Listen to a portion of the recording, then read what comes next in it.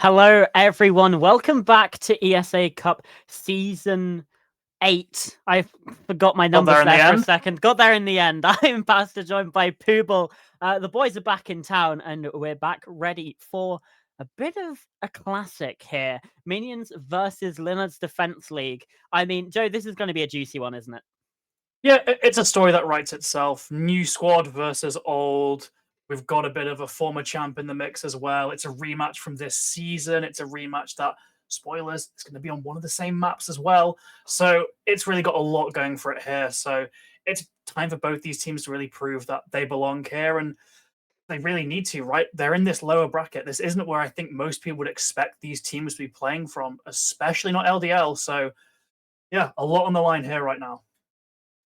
There absolutely is. So to just sort of run you through of the history here, these two teams played before in the in the first stage of this tournament, and that was a 7-5 win to Minions on Bank.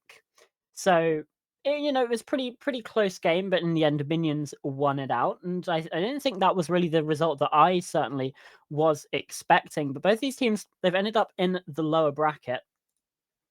And like you said, there is history between these two. Alex Northey sort of rebuilding the squad that moved over to LDL post ESA Cup win.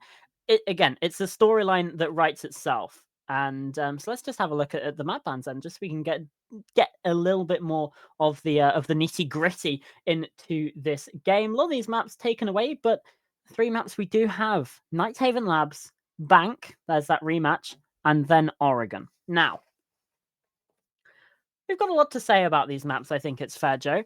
Do you want to Yep. kick us off with some of the question marks potentially surrounding Nighthaven Labs? Well, both these teams historically love playing these basic maps. You're thinking like your Chalet, your Club, your Oregon. Mm-hmm. That's not to say they won't play other maps. In Minions' season-winning match series, they picked Theme Park. I believe they picked Bank as well. I think it's Play Theme Parks is the fifth map, but they are open to playing them, and that of course is now LDL. As for Minions, they've been a lot more cautious about this, really leaning towards those default maps. So it is interesting now that when everything's on the line, we're seeing potentially a much deeper map pool than we might have envisioned here. But it's also a big risk, right? Because they just haven't played maps like Nighthaven, like Bank, as much in officials. And sure, you can scrim it all day long, but it's an entirely different environment compared to official matches. So it could be a gamble that just doesn't pay off for one of these sides. Yeah, and I absolutely agree. And the fact that we had LDL picking Nighthaven Labs, it means that Minions got to choose to start on the attack. And that is start on the defense, sorry. That's absolutely massive because, as we know, the defense can kind of snowball into winning an incredibly quick game on Nighthaven Labs. LDL, their attack side, needs to be so damn solid if we see them having a chance in this one. And obviously, Bank, it's our it's our rematch from the second phase. Minions won that 7-5. Not really a surprise that they'd pick it. And then you have Oregon, the old favorite, really, if you want to think about it like that, as the decider, which I think is a pretty decent map for a decider, to be Hmm. honest, especially between these two teams. We know they love Oregon so much. There's plenty of opportunity for counter stressing, there's plenty of opportunity for finding new stuff and really separating the teams that have those better fundamentals. That's what Oregon is best at, is can you do your fundamental gameplay? And there's really not much else to it than that. So that should be the ultimate leveler between these two teams. Yeah, and I'd just say that Oregon is probably a safe bet, saying it's their favorite their favorite map for both these teams, right? So no better placement to finish that series and potentially knock one of the others out by going to Oregon. And just looking at that bank that they played previously in this season, a thing to note: LDL did start on the defense there, and defense is statistically the favored side on bank. It's a very large map; it can be very difficult to clear. And despite that overwhelming advantage, LDL still could only get 3 defensive rounds and were just washed away in their attacks. So starting side is by no means a sort of giveaway for who's going to win. Looking at Nighthaven, LDL might fumble that advantage again, but at the same time, Nighthaven is a bit of a different beast from Bank. We thought Bank was really as defender side as we were getting, and then Nighthaven came along. So Yeah. yeah, it's by no means a done deal, just that starting side point, but it can also be quite difficult, especially if minions don't really get going in that attacking half. Yeah, for sure. So LDL, they might be looking at an 0-2 loss here, just based on, Nighthaven Labs. It's incredibly difficult to start on the attack and sort of find that success. And then you have Bank as well, where historically they haven't beaten Mins here just a few weeks ago. So really, that's the two main things that I'm worried about here. And also, let's not forget, there's been some new changes that have come into this, that have come into today. The new patch just released a lot of changes in terms of balancing, particularly involving the shields, which we know these teams love to use those shield operators, particularly concerning impact grenades, which is a massive part of play on pretty much every map, and also some changes to some of those more entry operators like the Yana as well. Yeah, impact nades having their radius reduced. I'm looking immediately at those bank tertiary sites at open area. That triple wall is going to be a lot less forgiving when it comes to impact tracking. I think it's still possible.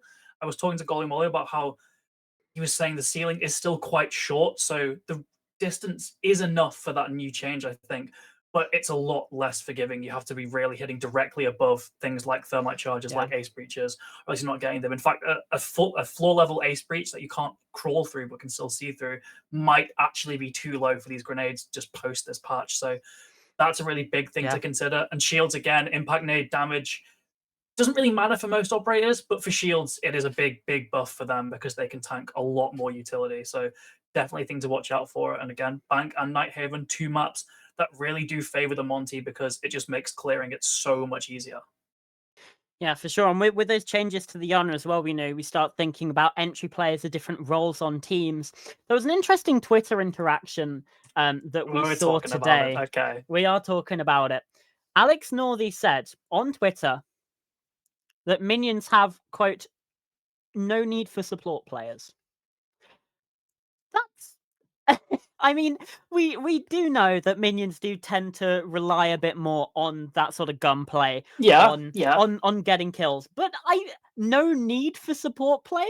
I mean, it's going to be interesting to see how the roles line up in this game, and also who's going to win it. So I think we should have a look at maybe some of these predictions, just while we have a look here. Fairly split. Not really a surprise. I voted for LDL, but that's kind of before I knew what the map pool was going to be. The map pool has made me a little bit more cautious in siding with LDL, but you can see there's still a lot of LDL support on the screen right there. Where does your heart lie, Joe? I think there's two very distinct ways this match goes. I think it's either a clean minions 2-0 or LDL in 3. I think if LDL can survive that kind of back-to-back of starting attack on Nighthaven and then going on to Bank where they lost previously, and then they can make it to Oregon, I think they stand a pretty solid chance of winning it. But minions have got so much help in those first two maps, starting defense on Nighthaven Labs, even going to Bank where they know how LDL play and they've already proven they can counter their strats and beat them there. It's looking more and more like a minions too, I think. But if anyone can do it, it's LDL. Former champions, they've got what it takes there. Just need to put it into practice, really. They absolutely do. One of these teams, Joe, minions or LDL, is going to go out in the top 16. One of these two teams is not going to make it to the top 12 of this event. That's absolutely insane. If you'd told me at the start of this season that one of minions or LDL would not make the top 12, I would laugh in your face. I would call you an idiot. I'd call you a moron, perhaps. But that's the reality that we live in. This match is truly for all the marbles, not just in terms of the bragging rights of it, but the fact this is your final chance. This is your last go at getting far into this tournament. Lose here and it is over. Heading into Nighthaven Labs then is Minions versus LDL. Indeed it is. Heading on to that ban phase, and I think we could all confidently predict at least 3 of the operators that are probably going to get banned here, right? We're not in a very diverse ban selection. And right as I say that, the Maverick is banned. Okay, we're out to get me, it seems. Yeah, Mav first attacking ban there. Interesting. I'm a bit perplexed. I really don't think Maverick's that good anymore. Ever since you introduced those the lineup feature, it makes hitting nitro cells through Maverick holes essentially free, right? As long as you're just patient, you find the right angle, easily get through. Monty ban, though, really to be expected. Nighthaven Labs, the whole gameplay around it, particularly for the defense, is around wasting time, forcing the attack to take uncomfortable engagements, and the Monty can kind of just bypass all that. So combine that with the shield changes, it's no surprise Monty gets banned, and no surprise Solus is banned either. It just hopped on and on and on. The seemingly... Is it close to a year now that Solus has been in the game? Oh, probably. It feels like it's been an eternity, to be honest with you. Just absolute a tyrannical reign on defense there with an operator, so no surprise there. Getting them banned out. The Valk, maybe a bit of a blast from the past there. You tend to see operators like Fenrir or Azami face the cutting board here, but yeah, I guess they really value the intel to a point that they would rather take those more seemingly powerful operators in exchange for getting rid of the Valk. We do have a disconnect, so will probably be a bit of a slight pause as we get this player back in. We shouldn't need to do any kind of rehosting shenanigans as we are still in that pick phase, but just hoping everything goes quickly here. Yeah, absolutely.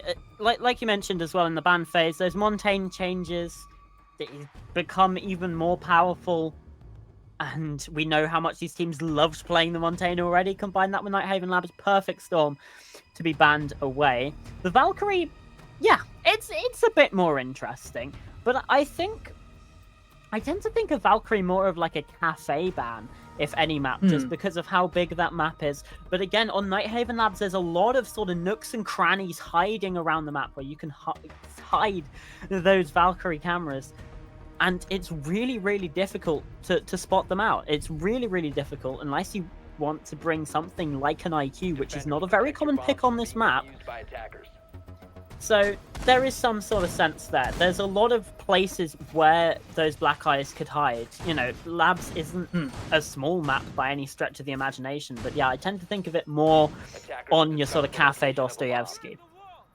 Yeah, interestingly enough, despite Fenrir and Azami being our second and third most banned defenders, neither of them are being played here, despite being open instead, opting for somewhat of a more traditional lineup, aside from the new Tuberal operator. But yeah, seeing that card, seeing the mirror, the warden, and the Wamai, it's actually fairly standard when they have much more potent tools at their disposal. I guess they're just sticking close towards their strats here. They likely won't scrim around having a Fenrir on the board because it's just not likely. So just play with what you know here, despite that, again, moving more dangerous tools on the board. Alex Northey, speaking of danger, in a very high-risk, high-reward spot here, just got that C4 lined up, trying to fish for an opening pick, but just not giving it to him, Cameron.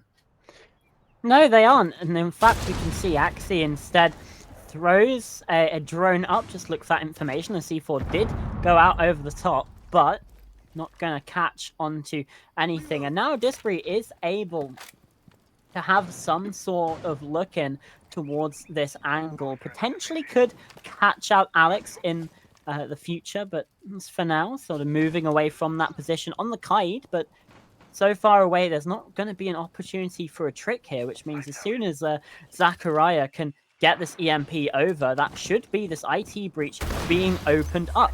There doesn't appear to be much apart from your tuber out, Jay Laney, with the ice canisters, with the Zoto canisters, they're called, making sure that this IT breach can stay locked down, but still no trick coming through with the Electroclaw. So as far as they're concerned, this will get opened up eventually.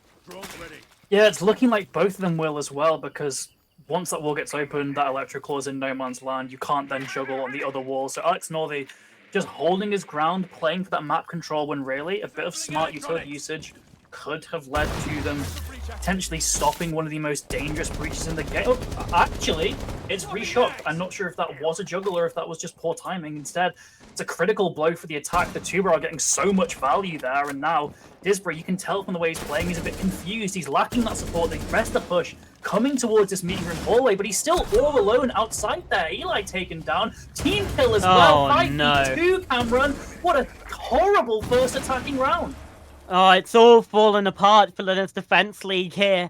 Certainly not the attack league as it turns out, at least not here in round number 1. Still, opportunity to fight back into this. Larry is holding a C4. I think he's found it. No, the C4 catches, even with that new feature. Madaraya, the impact grenade's gonna land, takes him down. All up to Zachariah now. 1 versus 5. This round looks all but done and dusted. The only question is, can Minions secure it flawless? Hog Rider is then throwing himself into harm's way, and Zachariah will be denying that perfect start for Minions. But still, only 20 seconds, a second kill is given the way of Linards Defense League, but this should amount to nothing, especially with the low health of Zachariah. No C4 to speak about. Minions still wanting to swing this, but there we go. As the timer continues to tick down, it should be pretty safe now. Sacred is going to get some damage, but Larry even finishes out with a kill. The first round then going to Minions. And we just see how much insane value you get from a single breach there, right? Once you trick that IT breach, Disbury clueless on his own without the diffuser, and you could tell from the whole game plan of LDL there that they were really planning around having that breach open. And once they'd all left, and in fact the breach stayed closed, what do you do there, right? All of your utility is elsewhere. It's all been used, and Disbury just kind of didn't get the memo on the Thermite. Still just baiting outside there, and from there, their Minions can just take these 1v1 gunfights incredibly advantage on a map like Nighthaven. So hold your angles, take your peeks. Easy as that for Minions. It's not going to be as easy this time, though, Cameron. We're heading onto that basement, and already you can see the Ash, the Ram, the Buck, so much vertical play here. It's going to necessitate a much more active defense here from Minions. If they don't fight for that map control, you're just going to get completely cut off inside, right? There's so much soft ceiling.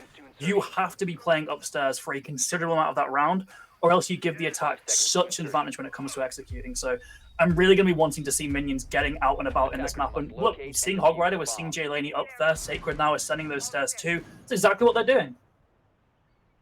It absolutely is what they're doing. Malusi being brought along by Sacred as well, which is always a bit of a questionable one, but at least here in ESA, the Malusi has been seeing quite a bit of play from the games that we've casted, Joe. So another one to keep your eye on, whether that utility is really going to come in handy, especially as, again, there's no Solus, there's no Azami being brought along this time. We've got the Fenrir instead, so sort of trading around that. And this is a good site for Fenrir to play on. There's plenty of places where, yeah, if you take away the vision from the attack, they're going to be really struggling with how constricted and confined some of those entryways are. They can become real choke points in when that vision's taken away. It can get almost impossible to really get anything going on your attack in towards the site. Yeah, it's looking like a fairly swift top floor clear. We did just see, I believe, Jay Laney's outline, though, ascending to that second floor. So LDL going to have to be careful. They're going to have to keep their wits about them, because I'm not sure if they actually had him on drone. And looking at what Disbury's doing, they seem to just assume it's clear. We can both see that blue outline on the second floor. The players not as lucky as us, and they've just completely let him slip by unnoticed. This could be catastrophic for LDL, and especially if they begin to kind of stall here before they're executed. The longer that Jay Laney can survive up here, the more value he really gets. And he's probably going to make the round-winning play here, Cameron, unless LDL make for a fast execute now, and already he gets 2. The only chance that LDL had to win was hitting site fast and make it so that drone play from the second floor meant nothing. Sure, he's eventually taken down, but it's still a 3v3. Even man count for the defense is something you absolutely take in your stride, and they haven't even got much site pressure at all here. No, that vertical's been so slow to get done. Now your Buck's taken out as well. They're having to use frag grenades. They only really have now the Ram as well, those biggie drones, to open up the floor. So with the time starting to get a little bit away from LDL, this is sort of the worry here, is that this defense can just be so overwhelming. Obviously, this round is going a little bit better for Linards Defense League than we saw in round number 1, but it's still not looking great for them. There's 25 seconds left. Madaraya goes down. Now it's a 3 versus 2. Zachariah is trying to get something, but those FNAT, they are so damn powerful It's gonna be a distraction. Eli, though, elsewhere on the site, finding kills of his own. 10 HPs running round, and they've traded. Oh no, that's unfortunate. What a way for LDL to lose that round. Minions with 2. Yeah, and it was just that sloppy drone work. It was that sloppy drone clear, right? They never actually went towards that meeting position. They just kind of assumed it was clear. They even put a drone there, but no one was watching it, and then went down to that first floor, started their usual strategy of just getting vertical holes open, but the damage is done. Jay Laney has gotten to that second floor. He's gotten there unnoticed. He can just wait for a freebie in the warehouse, and that's exactly what he did. It's going to be a tertiary site now, so this is by all means LDL's best shot of getting a round win here, but tertiary sites of Nighthaven can still be pretty deadly for the attack, especially around storage. There's a lot of angles that need to be considered, particularly looking towards that second floor. It's going to be a very heavy investment up there. We're seeing Kaya Tubero once again, likely looking to keep the IT wall closed, so it's just going to be a bit of a sticky situation for them if they don't sort of pay their due diligence, if they don't go to that top floor, if they don't actually commit. Similarly to how they did last round, they need to be giving it their all in this early round, because if they don't, it's really going to come back to bite them on Nighthaven, and they didn't deal with the roam last time, Cameron. They've got to deal with it this time. Yeah, they absolutely do. It's something that's critical in pretty much every site, but Alex Norley's already found the opening pick there, the C4. He sort of tried that trick before. This time it's paying off for them. 5 versus 4 now. The minions find themselves in the ascendancy in this round already. This IT breach was such a position of power for minions in that first round that we saw. They really made sure that breach couldn't get opened up, and it stunted the attack of LDL quite considerably. This time around, there's going to be some similar pressure, but hopefully for the sake of LDL, they're able to do something a little bit better, but it's not looking likely, as Larry's already found a kill as well. Going to take down another player. 5v3. It was just an opening pick, right? Yeah. Thatcher gone against Tubero Kaya. Sure, you've got the impact DMPs. They've got no radius. Now you don't have the impact DMPs because Axie is dead. So wonderful. This is a round that was really killed before it could even start for the side of LDL here. It's all in Disbury in a 1v5. He will at least get an exit frag onto Larry. That's one. Looking for a second, can't get it. But yeah, that round was over before it began. Once you lose that Thatcher into the same C4 that you saw round 1, you can't do anything. You have to play for gunfights, and you're playing for gunfights on Nighthaven Labs attack. That's just not going to happen. No. Minions, Minions, fantastic first half to your defenses. LDL, not the start you'd really want on this map. You failed to get a single one in that rotation. So now Minions can just retry what they've already succeeded with, going back to this top floor. They'll then go back to the basement and then back to the mid floor again. LDL, you've got to stop this trend. You've got to at least put one round on the board. Because of 6-0, sure, Nighthaven's defender-sided, but I don't think it's 6-0 to 6-6 defender-sided, if you ask me. I mean, to be honest, even 5-1 might not be cutting it, especially as then you're going to be, Minions are going to be going into that second half with the momentum. And LDL are just kind of going to go into that second half mentally boomed. Especially as, this is your map pick. You should be doing well here, but you shouldn't really pick this map unless you also get to choose that you can start on the defense, because this is what happens when you have to start on the attack. It's such a similar story, and it seems maybe like a little bit of a fallacy that we saw LDL even pick this in the first place, especially when we know that they prefer maps like Clubhouse, like Oregon. Surely not. Okay, Disbury just about dodged it, but still dodged it. Yeah, I mean, I get, like, we're not coaches. We've never been hired by teams. I mean, at least I haven't. I don't know if you had, like, before we met, but we've never been hired as coaches. My opinion. When we met, I was Copper 5. What if? Yeah, that's true. My opinion on Nighthaven Labs has basically always been: do not pick it unless you are confident that you could, like, 7-2 a team on, like, another map.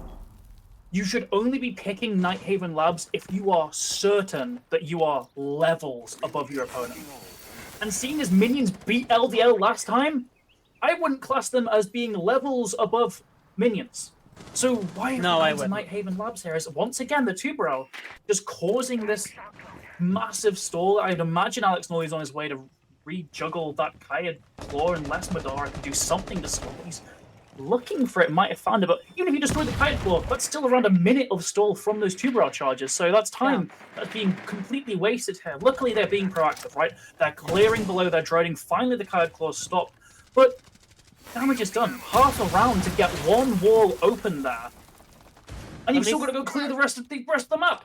Yeah, at least they've opened it this time, and they haven't conceded the opening pick. In fact, they find the opening pick. There's Disbury with that kill on towards Jay Laney. Now Madaraya again on this warehouse stairs position. The flashbang's going through. Larry is going to do the smart thing there. Just reinforce himself up, not get too aggressive. Madaraya's still on the downstairs as well now at this point in time, and the utility continuing to fire on through. Larry getting taken down low. Hog Rider getting taken out completely. And now the breach starts to open. Sacred at least finds something back. A little bit of a response for minions. But it's still a 4 versus 3. Sacred close on this breach.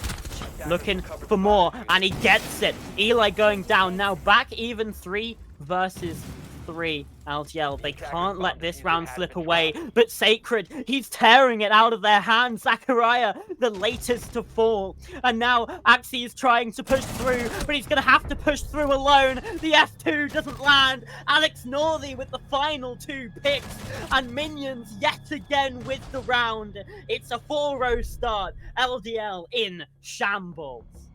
And that's the thing with Nighthaven Labs. You can be 4 versus 3 up, but if it's taking you upwards of 2 minutes to get there, you're then going to have to start playing more aggressively, start face-checking stuff, and that is exactly the game the defenders want to play. They just hold their angles, go for peaks where they know they can secure a 1v1, get their wins, get their round win, easy as that. Minions 4-0, LDL, you need to be doing something now.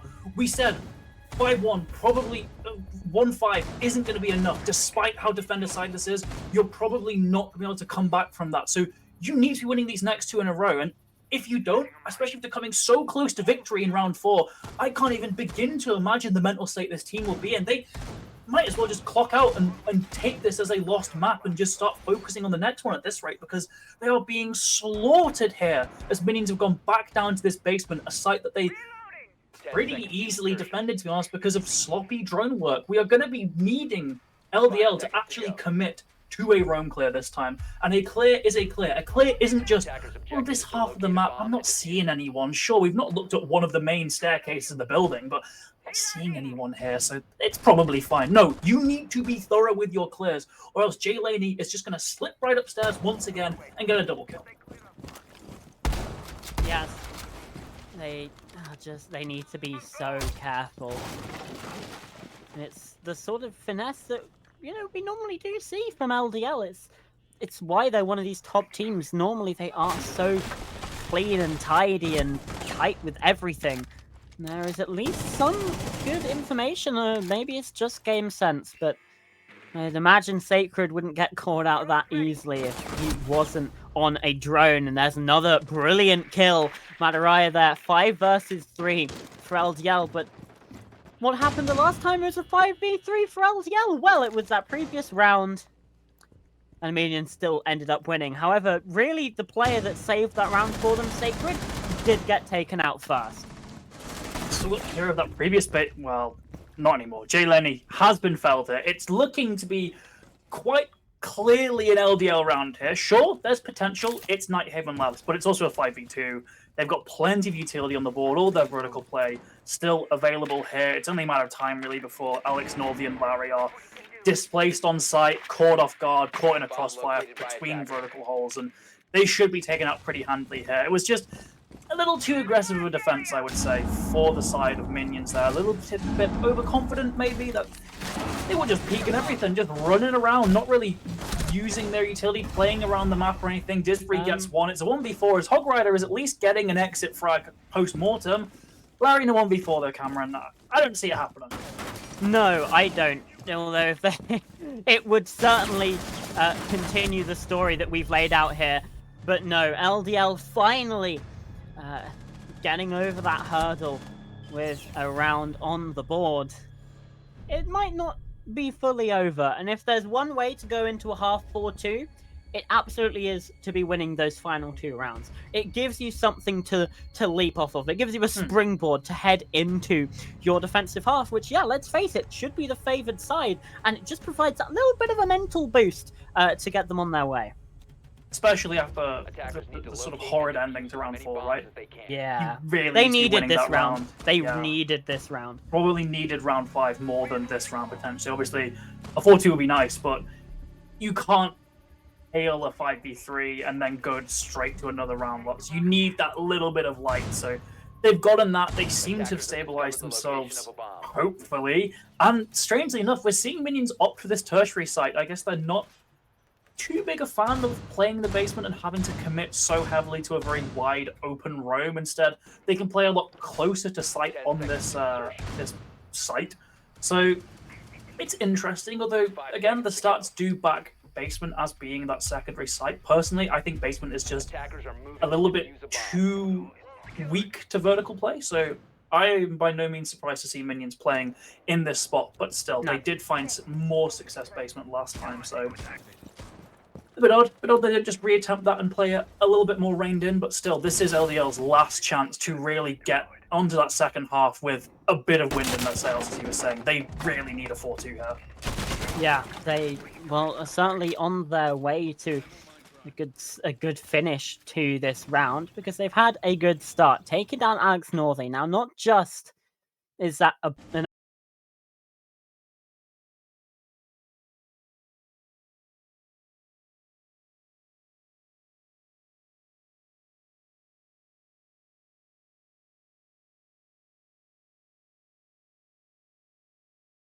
any advantages that they may have had, or I don't even think they did. It was minions who were able to close it out. A similar story potentially could emerge here, and it could also be a similar story to round number 4 if they let it get here. Because again, we're looking at this top floor wall on here on IT. It's still taking half the round to get just this singular wall open. They don't even have a thermite this time. It's just those Selma charges being brought along by the Ace of Axie. Yeah, on the bright side, we did see a lot of backstabs being set up. Disbury being one of them. They have managed to get a good point of contact on this second floor, kind of using that Tubarão exchange on that external wall as almost a bit of a bait, just forcing a lot of attention on that position. Meanwhile, we saw the likes of Disbury hop into electrical. Madara was in the basement. Eli as well has crept in towards the map. They are making significant advances here. Madara does give away his position, but still that second floor, big point of contention as Sacred gets one here, potentially looking for a second onto Madara. No, Madara wins that gunfight. We're in that eerily deceptive 3 versus 4 spot. There is a man advantage for the attack, but it's still Nighthaven Labs, Cameron. It's still so losable for them. They need to really continue putting it all into this. Madara gets another. He's single-handedly clawing their way to a 2-4 split here, but Jay Laney's still above.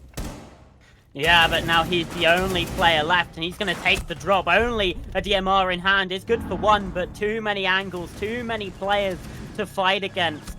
And it will be another round on the board for Linards Defense League. 4-2 might just be salvageable, but it is the bare minimum. Yeah, I am happy that after 6 rounds, they finally learned that they don't need to just all go for that external wall. They can enter other areas of the map, which they did, and they found success. Who would have thought that when there's an operator that can just stall you out in one spot for a minute and a half, just go somewhere else? Sad part is that learning came maybe a bit too late. 4-2 is still standard. Some would even say good for the attack, right? Getting those 2 rounds. But just the way that minions were playing, I do not predict it will be as one-sided when it comes to their attacks as it was for LDL here. They are certainly facing similar issues, but look at this, Cameron. There's no Tubarão. The one thing causing LDL so many issues on their attacks, and they've opted not to bring it on their defense. They've got a Frost instead. They're cooking, you know?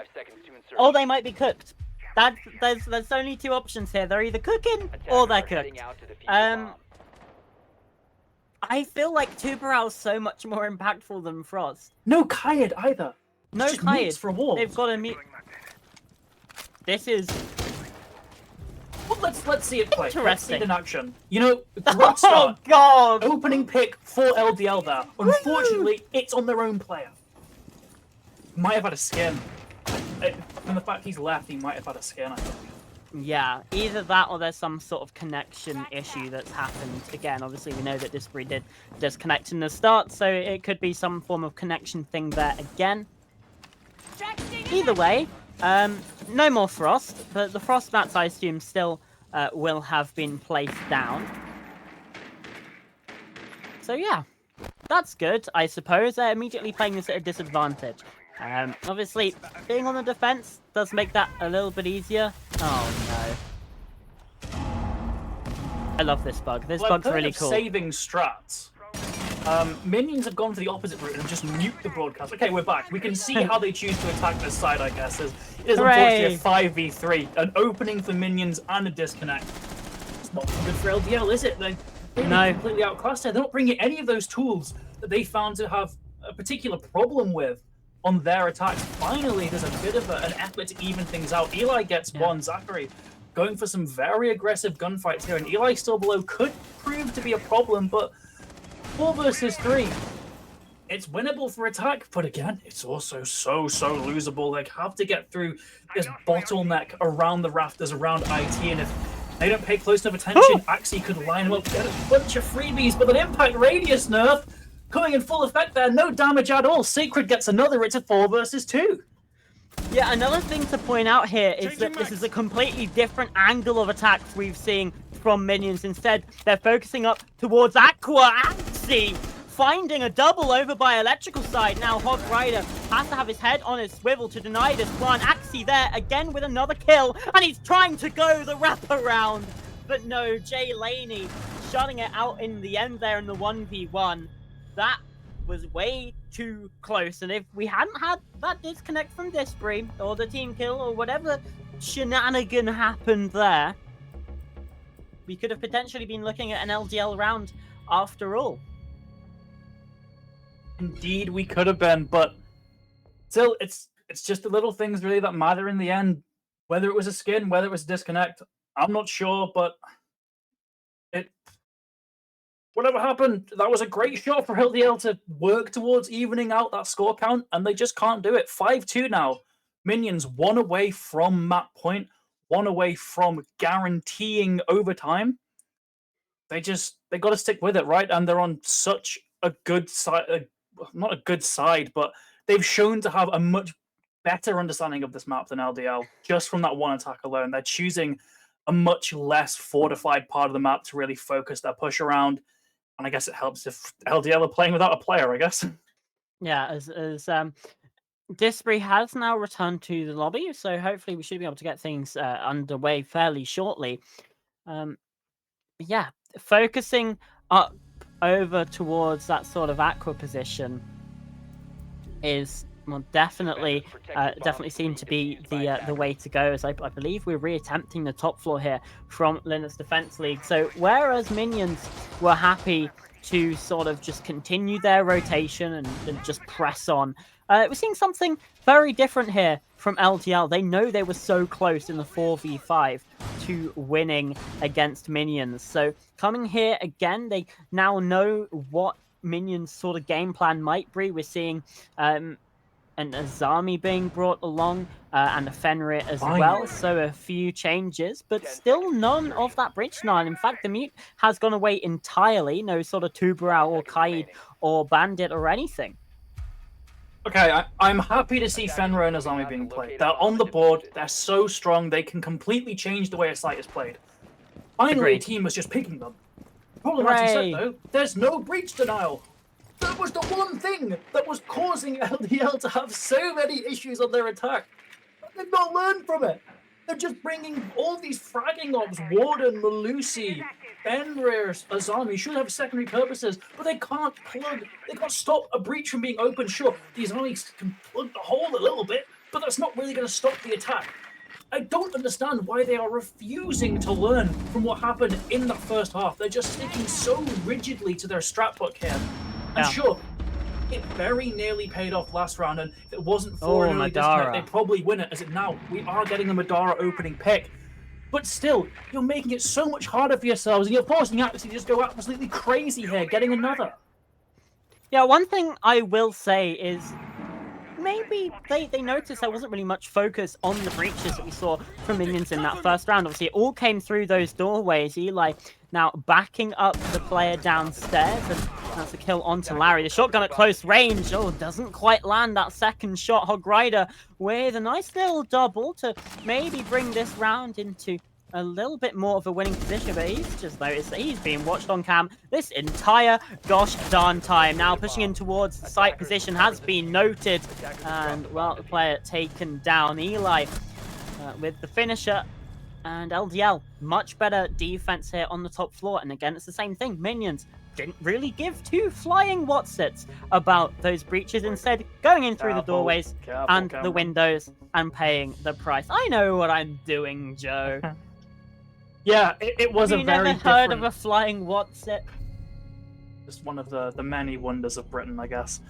But yeah, it was a very different style to that second floor defense, much heavier in the roam, just reading that LDL, well, that minions would go for a more sort of fluid attack going below the site. This time it's going to be a basement defense, so again, I'm going to really be wanting to see a big roam, because if you don't roam on this site, it's incredibly difficult to actually defend yourself in the execute, because there's so many angles that can be opened vertically. And again, yep, we're seeing the Fenrir, the Malusi, the Mute up there as well, just provide a bit more utility as well to protect the roamers. 10 seconds remaining. It's going to require a roam clear, and minions, pretty good at roam clearing, but they need to actually put in the effort, because that's the thing that stopped LDL from winning this site last time. They didn't try in their roam clear. A lot of teams, I understand, the timer can be a particularly harrowing thing, especially on a map as big as Nighthaven. But if you don't put that work in, it's just going to make the execute so much more messy. So they've got this Jackal, they've got these preset drones. Just clear out that top floor, sweep down, and you shouldn't be met with any particular trouble. Well, they've noticed the Fenrir as well. So Eli's position has been found out by the Jackal Jay Laney. So now pushing through, they will have a bit of a better idea where these roamers are setting themselves up, on what positions that they want to play. But Madaraya is still good for one, and Sacred on the knock shut down Madara. Oh, nearly good for a second. That looked like that should have been a kill, but Jay Laney instead reverses it. This is sort of the second time we've seen some weird hit reg stuff involving Madara, so it feels a little bit sorry for him, but Axie's still retaking the position, retaking that space in towards Warehouse, finding the kill. And it's a 4 versus 2. Alex Northy now just route 1 direct into sight. Let's see what you can do. The problem is, well, the fuse is upstairs, and now the fuse is on the ground, and the team is as well. Linards Defense League, really, really nice stuff there on the defense, but yeah, questionable attack. You're just not putting all your resources into roam clearing, are you? Where have we seen that story before? I wonder. Let me think. I wonder. Yeah, 5-4. The gap continues to close. In fact, we could point back to that disconnect, you know? If LDL weren't at a disadvantage in round 7, they would have actually gotten the lead by now. So maybe Minions' attacks aren't as ironclad as we anticipated here as we're heading to this tertiary site on Nighthaven. Some powerful ops being brought here. Fenrir, Legion was slightly nerfed in this new patch, but still I would say a very, very strong operator. In fact, we did see observation blockers last round. They didn't really achieve much, but it was nice to see the observation blockers on the Legion there, I guess. So 10 seconds to insertion. We are seeing some of these changes come into play. Though am I a very big threat with that ACOG, but again, it's going to be a case of clearing this roam. Luckily for Minions, the roam's nowhere near as wide in the site. It's so much more concentrated towards storage and warehouse, but you still need to clear it. So Minions, just Clear it. prove me wrong. When I say that you're half-arsing these roam clears, prove me wrong. Prove us wrong. Clear the roams. Us? Don't lump me in with your trash talking on broadcast. Facts. Yeah, no, it has. Anyway, you're absolutely right. Play-by-play commentator. Play-by-play. Come on, let's start the round. Top shelf. Then we see this warehouse wall has been opened up here then by the side of minions, and in fact I believe that Rotero will have been able to take away some of those observation blockers upstairs. IT will also taken out as, again, not much breach denial that we see coming through from the side of Linards Defense League. Just that mute yet again. And Sacred is sneaking up these basement stairs in towards Lounge, and an area of the map where the rest of the attack aren't really focusing themselves at all. I don't know if they're going to be aware of this positioning from Sacred. This could be potentially huge, especially getting into those later moments of the round that get more chaotic. He's just wary of that default camera. Doesn't want to get spotted out, instead just holding the angle, sitting back and waiting for his moment. Such a difficult spot to play. As you said, you can't afford to shoot the camera. You can't afford to really give any information of your whereabouts away, as he's now creeping towards this A to B site even. Not a clue. Zachary taken down there, Sacred on the site, but still, there's a top floor to worry about. The plant shouldn't be completely safe here. Vertical angles should be established despite the breach, but instead, Alex Nordy gets away with it. Perhaps a bit of sloppiness from the defense there. Madara does get one, but they've gone out the building camera, and it's basically a done deal here. This round should easily be the thing that minions need to get them to map point. Larry gets one. It's a 1v4 for Axie on the Legion, the only one remaining. Can't even take down one. Minions, through a very risky backstab, managed to secure that all-important 6th round.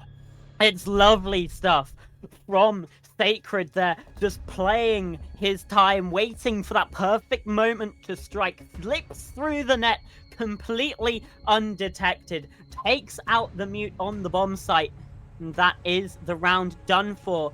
LGL just too scared of what potential angles could be held upstairs. The IT breach was fully abandoned by minions. But did LDL know that? No, they had no idea. They were completely unaware that the angles that they were terrified of weren't being watched. It meant that they couldn't get the vertical onto Alex Nordy, who was planting, and it meant it was the easiest post-plant that I think minions could ever hope for. And now look at this. We're back up to the top floor, but if minions lineup stay the same, we're getting a blitz. Very, very fast push should be incoming here. Maybe not a rush, but still fast map control. Pretty early pressure onto the site here, because the blitz really excels in that playstyle, and it's squeaky bum time for both these teams, for LDL specifically, because they're facing down the barrel of match point. They can't afford to make any severe mistakes here. So it really just puts even more pressure on these players when they're facing something like a shield coming, just bolting at them through a corridor. You've got to take into account the kind of mental factor here. Jaylene is on that newly tweaked Yana, has those impact EMPs, no longer can flash around angles and clear for themselves. Zachary's going to be this first point of contact. Oh, you're joking. Oh dear, Alex Norby. Not enough drone work there at all. Zachary gets the freest 2 kills of his life, just holding this harsh 90-degree angle. And oh dear, minions, what could have been a fast key to success, completely taken out here. At the very least, Disbury is traded on. Jalen, he gets 1. But I just don't think there's much hope here anymore with Diffuser in such a compromised position, Cameron. Yeah, the case being on the ground there is so difficult, and I think we saw there just a little bit of a disadvantage with those new shield changes. You know, that new animation kind of sold Alex down the river there. And as Eli's found another kill, it's a 2 versus 4, and LDL looking like they want to bring us to round 12, looking like they're just going to be 1 round away from securing overtime. And as Axie's doubled down, it's just Jay Laney in a 1v4. Talk about impossible situations. He's in a 1 versus 4. He's only got 50 HP. It helps that Madara is not even looking his direction, but Eli is aware. He's a knower, and he gets the kill. Just 1 round away then from securing overtime. And really, at that point, it's anyone's guess as to who's going to be winning this game, but I mean, the likelihood would be LDL because unless they're smoking crack, they're picking the defense in overtime. You would imagine so, as we are getting a timeout there. Really, From LDL too. would have liked a timeout there just to make sure they don't buckle under the stress of this round 12. But again, it does help both teams here. It gives minions plenty of time to just think about how they want to approach this final attack. Sure, they don't know where the site is, but that doesn't really matter when you're just discussing basic fundamental things and attitudes and how people are feeling there. Mainly, this is anything a chance for minions to just kind of cool off here. They've been in a bit of a stressful half here. They've watched their lead slowly slip away, but they've managed to come out on top 6-5. They just need one more round. That's a very dangerous mentality if you don't keep it in check. So they're just going to be focusing on how they can win round 12 here. And just from the looks of the first operators we see here, we're seeing that reliable duo of the Jackal and the Thermite that are really useful in most sites here. Not sure what else is going to be picked. I'd imagine they're going to be steering away from any potential blitz cheese, though, because, as you said, that just didn't really work at all, using those new changes to the shield in a way that didn't really help them at all. Instead, it's a more conventional lineup. Still bringing the sledge. A bit interested by the sledge. Wouldn't say it has as much usage. They might be picking it to pick off of it because it's an operator no one really play. We do sometimes see teams on the attack play towards that prep phase, but look at all this vertical play, Cameron. Yeah, I mean, Ram, that's what I was going to buck, say with the sledge. sledge. Like, if you just want to tear the site open, you've got the buck, you've got the sledge, you've got the ram. Just avoiding one central point of failure, right? If you at least have 2 soft breach, doesn't matter if Alex and all these taken it early, you can still cause an absolute mess on that ground floor. Yeah, and Again, the they need to Dokkaebi's run clear. been picked onto here. 5 seconds remaining. Obviously, in that previous round, we did the last time that minions did try to attack onto the site, it was unsuccessful. We saw Alex Northy taken out quite. No, it was Larry. Sorry, taken out quite early. So it was a lot of the damage, I suppose, that you could do with the vertical still gone. And then Alex just went route 1 into sight. So there wasn't really the opportunity to use that vertical utility. This time, I want to see it, and Madara's already been taken out. I assume from the sounds of things that it was Hog Rider's DMR, and now Larry's opening up these floorboards above. Should be able to secure this kill. Larry's there with 1, and the players downstairs, they got a Scarper. They got to evacuate this area. Zachary, his tail between his legs, was just getting cut out. Now Disbury's actually regressing as well with the rest of his team up towards this mid floor. All focus here on that ground floor. It might prove to be fatal as Larry's found a double. Zachary taken down as well. And LDL at the final hurdle in a 2 versus 5, Joe. I was going to say I was a really big fan of Zachary just standing his ground there, playing an angle that they really wouldn't have been expecting, but you've got to hit your shots, and it seems like Eli didn't hit any there. Sacred gets a clean kill onto that second to last defender. It's all on Disbury in the 1v5. Map 1 of this series on the line. If they lose this, LDL will only be 1 map away from being eliminated, Cameron. They're in this lower bracket beginning off in these playoffs as Disbury reaggresses this ground floor, but it's a complete switcheroo. Everyone else has gone to the basement. He could maybe use some vertical against them, but I don't know if they've even made any vertical. If they've just gone 3, 2, 1, let's go here. And I don't think they've got the time either, with the plant going down. Now that 45-second timer begins. At least Larry's been taken care of, but it was 5 players to find, and 4 players still remained at the end of things there. Alex Northy, the one to claim that final kill, but it's all minions all day here on Nighthaven Labs. And now for Linards Defense League, their own map pick falling against them.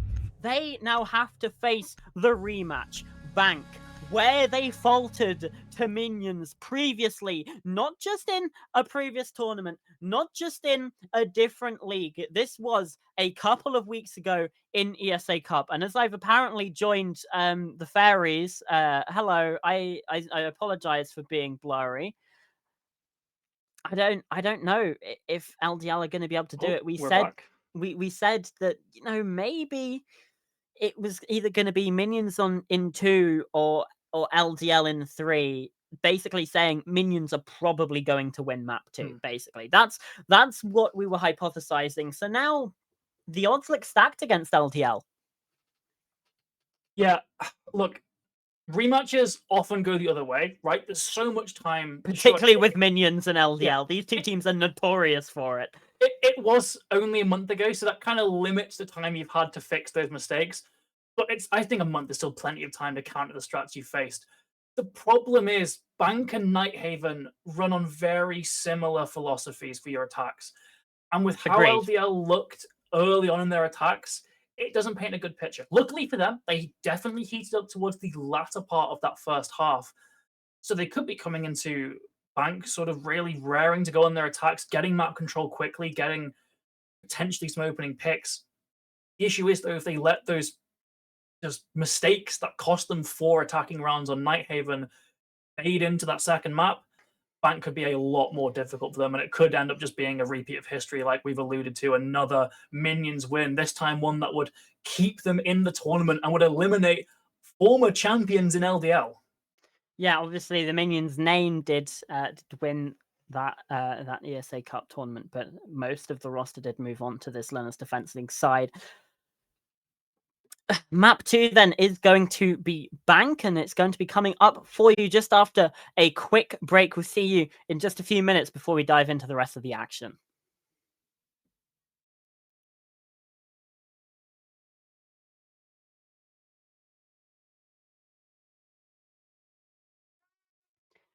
Welcome back, everybody. We had a very, very tight first map there on Nighthaven Labs. Minions taking it over the line 7 rounds to 5 on their opponent's map pick. Now we head into Bank. And Joe, there's a lot of history there. Yeah, a lot of very recent history. Last month, these two teams played each other in the Swiss stage. It was a win for Minions. So let's just get the bad news for LDL fans out of the way. Last time they played here, it was a win for Minions. 7-5, didn't even go OT. So, yeah, there's a lot on the line, and Minions, LDL really need to show that they can learn from their mistakes, learn Which from we their didn't history. see on Nighthaven. Let's face it. Exactly. A lot of the time on Nighthaven, there was not much adaptation. So yeah. The other thing we've kind of been pointing out between maps, Minions or LDL just can't quite get these 4-2 defensive halves either. They keep getting costed by only getting 3-3 halves when their opponents are getting these 4-2 splits and are getting in these more favorable positions. We saw it on Nighthaven, where it was actually a very winnable half, or at least a half that set them up to go to OT, being 2-4 on their attack, going onto their defense. If they just got a 4-2, which is pretty standard for Nighthaven, they'd be in overtime. They couldn't get that, though. no. They were only able to scratch away a 3-3, not good enough. A 7-5 win for Minions there. So LDL, they need to be improving on their defenses. They need to be learning. Those are the two sort of crucial things they need for this map.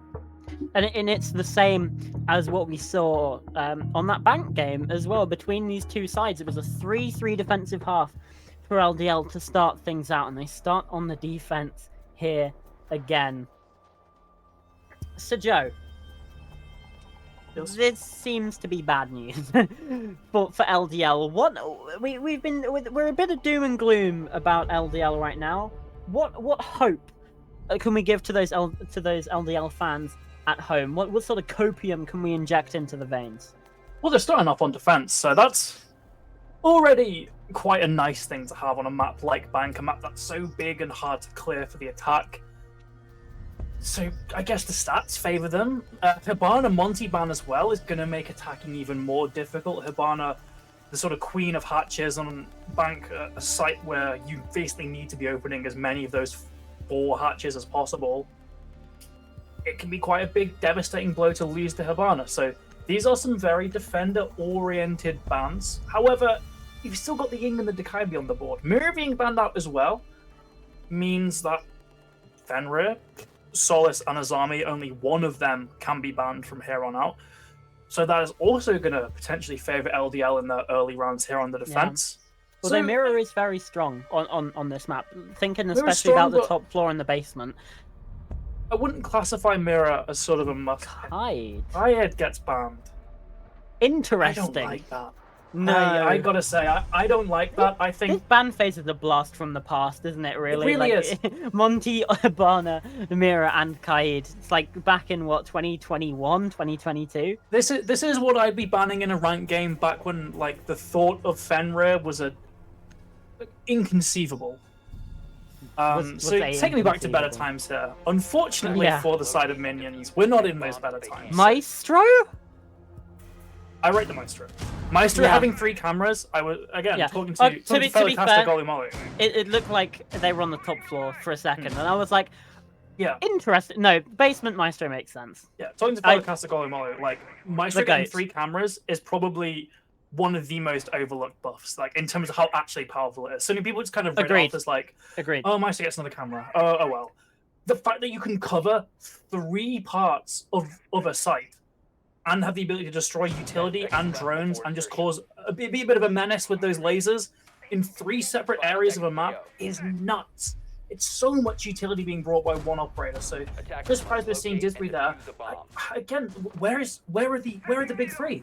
Where is the Azami? Where's the Solace? Where's the Fenrir? They're unbanned. You can play them. I don't know if LPL have heard this. You can play those operators. You're allowed. The equivalent won't tell you this, but you're allowed to play them if they're not banned. So like, I don't know why they're not playing them. It's so peculiar to me because it feels like, particularly on the basement, Azami. If she's not banned, you want to be picking her. You can hold on to Server so much easier. You can hold on to CC so much easier. You can hold on to Garage so much easier. But instead, we're seeing the Malusi. Again, I don't understand the fascination with Malusi that we've been seeing in ESA Cup this season. It doesn't make any sense to me whatsoever. I understand the Goya. I understand the Maestro. I understand the Wamai. Legion to an extent. But Malusi, when you have Solus, when you have Fenrir, at least they get the opening pick. But there's just serious question marks that have to be raised there. All that is one word, ACOG. That is why we're seeing such an increase in Malusi pick rate. That's what I believe anyway. The fact that thing has the ACOG. Yeah. It allows you to play a really favorable gun that before would tether you to playing something like Doc or Ruck, where you're not getting much value out of that utility. Malusi is more impactful than those, as Cheney met with said Malusi with a shotgun in hand, and Malusi actually just kind of blindsides him there, just runs away. He's just walking, I guess. Alex Norley finishes the kill. 4v4, suddenly the opening pick advantage is gone. Madara's having to get aggressive here, but gives away his spot. Things have suddenly gotten quite a bit bad for LDL, as Zachary as well is kind of isolated here. Sure, he's got Eli helping him, but Eli can't cover all angles, especially when he's dropped the hatch. It looks to be Zachary potentially on his own in open area, and he's taken down. It's a 4v3 camera. Eli sort of just left Zachary to die upstairs.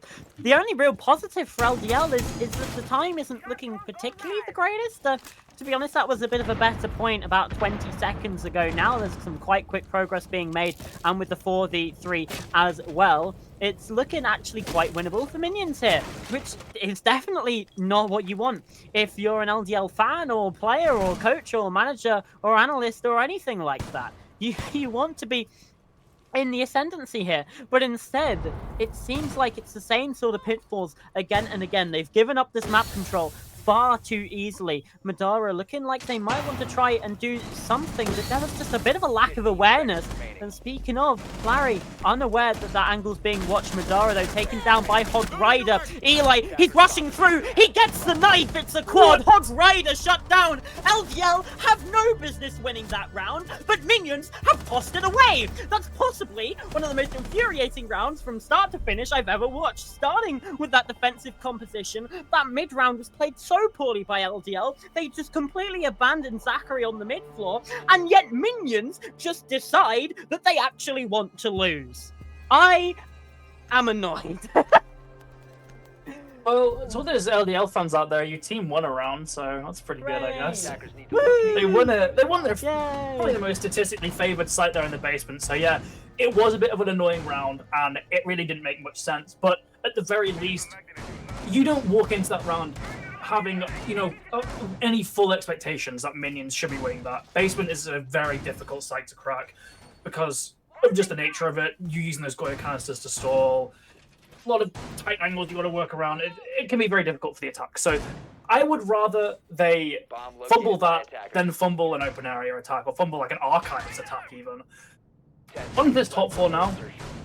Again, we're seeing some strange operator picks. You would usually see Azami here again. Oh, Azami, really good operator on bank. Oh, not banned. Why aren't we picking it up? At least they've got the castle to block off those lines of sights from the repel. The frost again, though, Cameron. I don't see it. I don't see the vision. And Is it just the ACOG? Is it really as simple as just the ACOG, just being able to take more long-range gunfights comfortably? It's nice, but I would rather have the ability to make my enemy not see things, like using a Fenrir, or have intel on drones using the Solace. Instead, we're not seeing that. no. Or just being able to fortify literally any position that you want in the Azami. I get a lot of this. Apart from that Frost Castle is already providing some very decent, at least. It's not really slowing down minions that much, but it's forcing them to use a lot of their utility to clear away those castle barricades to get just lines of sight that might not even have come to anything even nearing a kill right now. And minions even still are taking their time with this one. Obviously, they are fairly close to the site already, so it's not like there's masses of area to clear, but these positions are still being held, still fortified by the side of LDL. Indeed they are. At the very least, minions are getting some pressure onto the site. That breach is going to go down. Damage as well onto Madara, so the health advantage is in favor of minions, but they've still got to deal with these very just such funneled positions as Axie doesn't take down Sacred. There will be a trade, but attacker funneling themselves through these windows, through that single breach. They need a couple more points of aggression, I'd say, and it looks like Hog Rider is wanting to provide that. He's marching up those spiral stairs, going to try and get a backstab. Disbury taken down by Alex Norley. Suddenly, seems like there's a bit of chaos among these defenders here as Hog Rider taking this position in Trump, takes down Madara. It's a pinch on these site players now. This should easily be a minions attacking round win.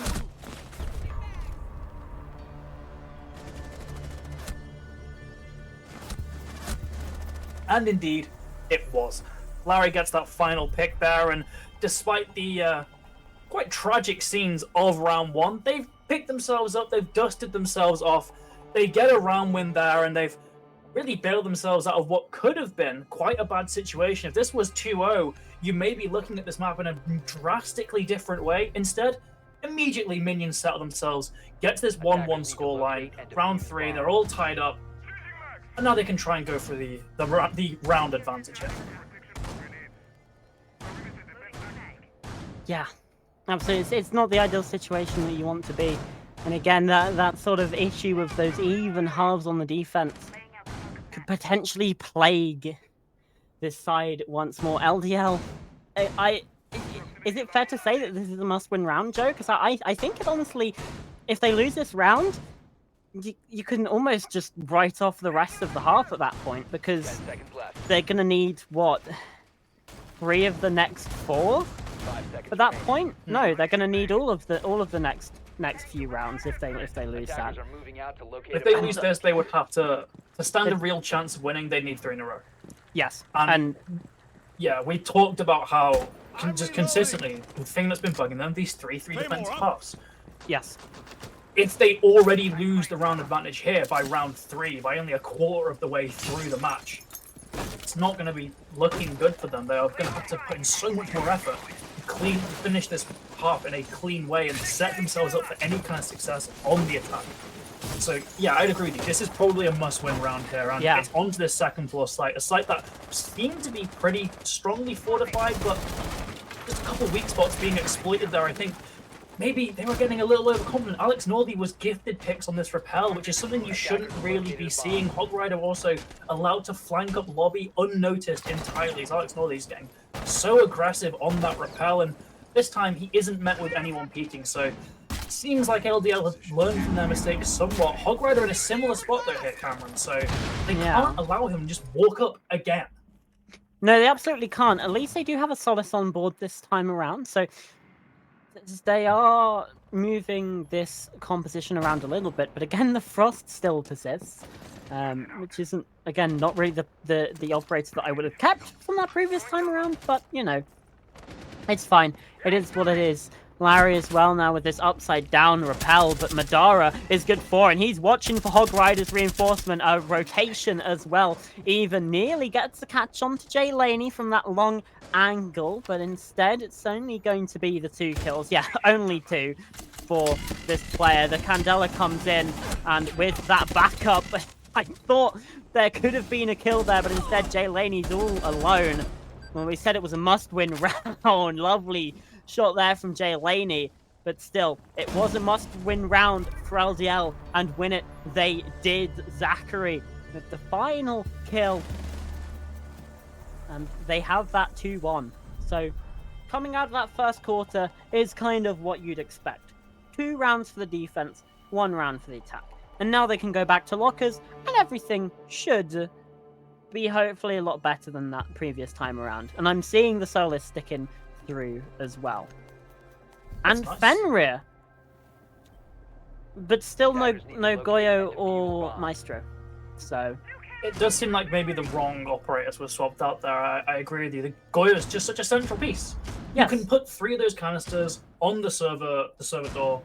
Suddenly you can't plant for a minute if you juggle them correctly.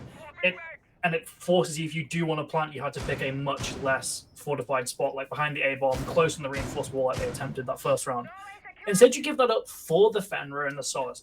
And again, I love seeing these operators because they're good. Just pick the good operators. It's they are not just that good. hard. 10 seconds They're remaining. so versatile as well. It's not even a situation where you can just fit these operators in any lineup. That's the really frustrating part about these past 2 maps. You can fit these operators in Attackers any must locate lineup, and really, defuse a bomb. and they weren't being Mhm. brought. So it's nice seeing them there, but we're still seeing them elusive. We're seeing them take over sort of key spots. The intel is sure being brought by the Valkyrie.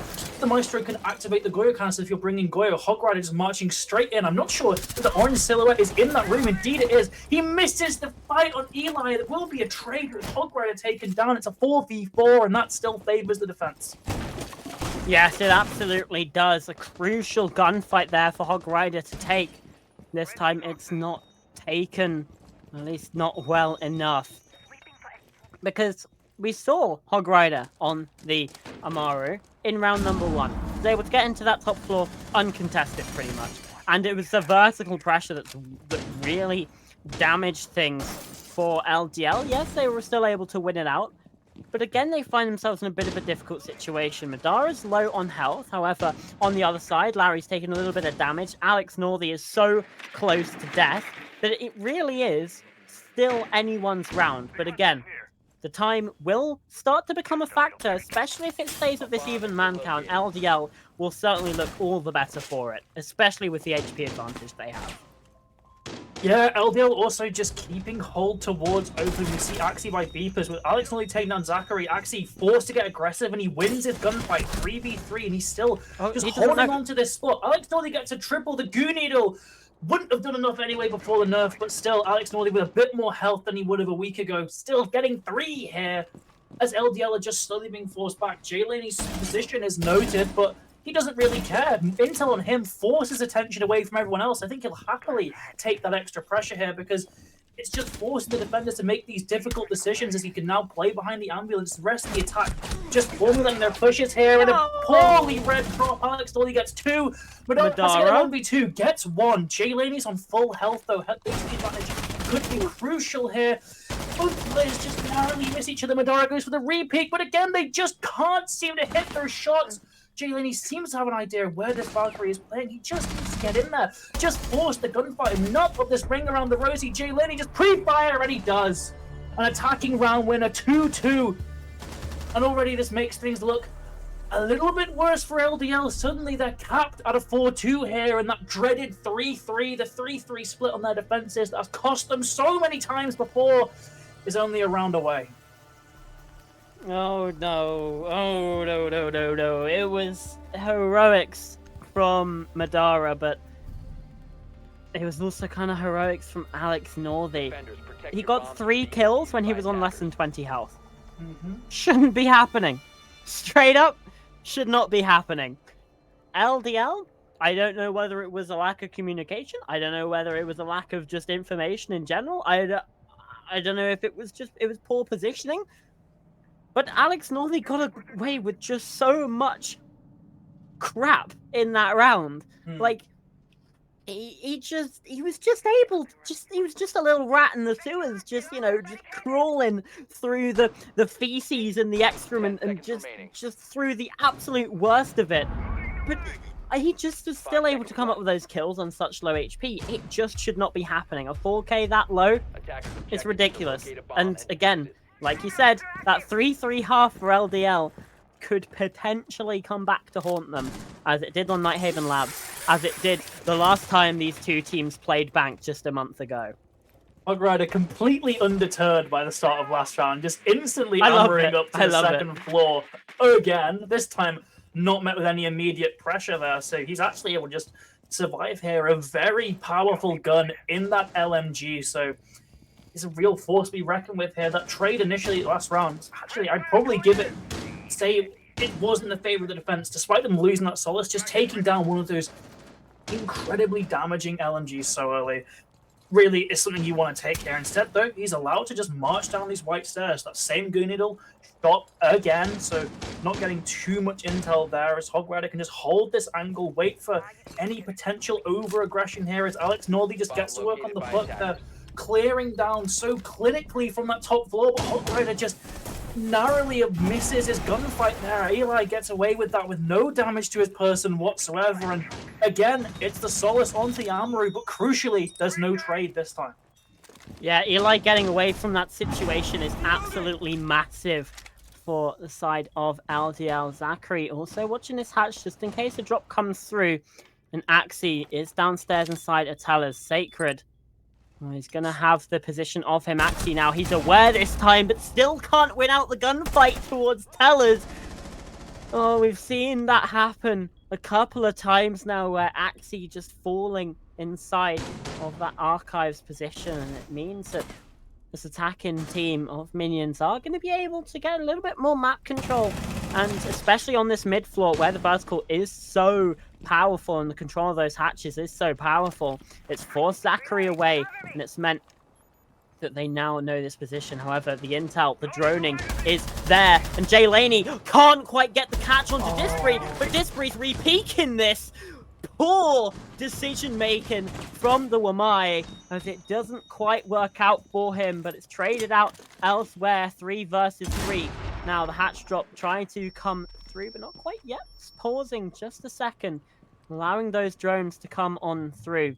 Jay Laney now creeping up. Does Eli know? Do any of these players from LDL know Jay Laney? He's getting closer. The net is tightening. They've got no idea. Caught with their pants down. Jay Laney with another. Now Madara. Another 1v3 here on the basement. He got so damn close just last round. He's going to need to come up even bigger. But now Larry's planting that diffuser. Madara, his rotation through Vault. It's been read, but Jay Laney doesn't quite take the gunfight. Proximity alarm on towards Alex Northey. But now these players, they can sit back. They can relax a little bit.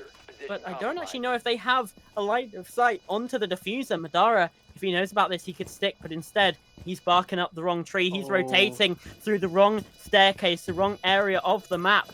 Madara, I think he's just going to stick this. Minions need to go now, and they are starting to rush on through, but they've been heard. They've noted it. Alex Northey's gone down. Madara, surely not again with the pistol. He goes for the secure. He starts to teabag for some reason. It's so winnable! It's so winnable! And instead, he's just taken a boogie on the bottom floor. That's 3 rounds for minions. No matter what happens in this 6th round, LDL can't win this half. I'm so annoyed right now. It's the second time that that round should not have played out the way it did, particularly in the end there. Oh, what are you doing, man? What are you doing? What are you doing? Ego is the enemy, folks. I think that's what you can really learn from that round, you know. Looking at Disbury, who re-peeked onto Garage when he was given a lifeline by seemingly God himself, with that whiff coming out from Jay Laney there, and he still reattempts. The teabag coming out there, from Madara when he has Goonil information on the player on main. He can just swing that with the Deagle, try his best to win that, and then he's right next to the diffuser, so he can just stick it anyway. Instead, their egos get the better of them. They make these poor decisions in the heat of the moment, whatever. Maybe this rivalry being a bit more personal than we might have thought.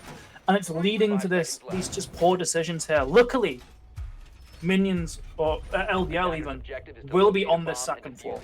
And they were a lot more competent at defending that second floor on their second attempt. So things are by no means a done deal yet. You can still get this 3-3, and then you can hope that you can break that trend of the 3-3 halves costing you.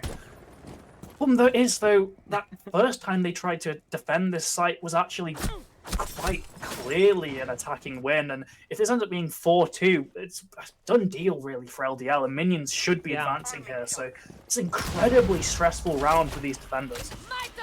Yeah, it absolutely is. Look at all of this utility being pumped in by Larry, and might even go for some form of hop reach here. A couple of stuns have gone on through. And the window gets popped open as well by, I believe, a breaching charge. Alex Northey again on these windows. Could potentially be fed some picks again. Who knows for sure? As it stands, it's looking fairly even, but there's a lot of control that's been gained by Minions here. And now they have control of the downstairs as well.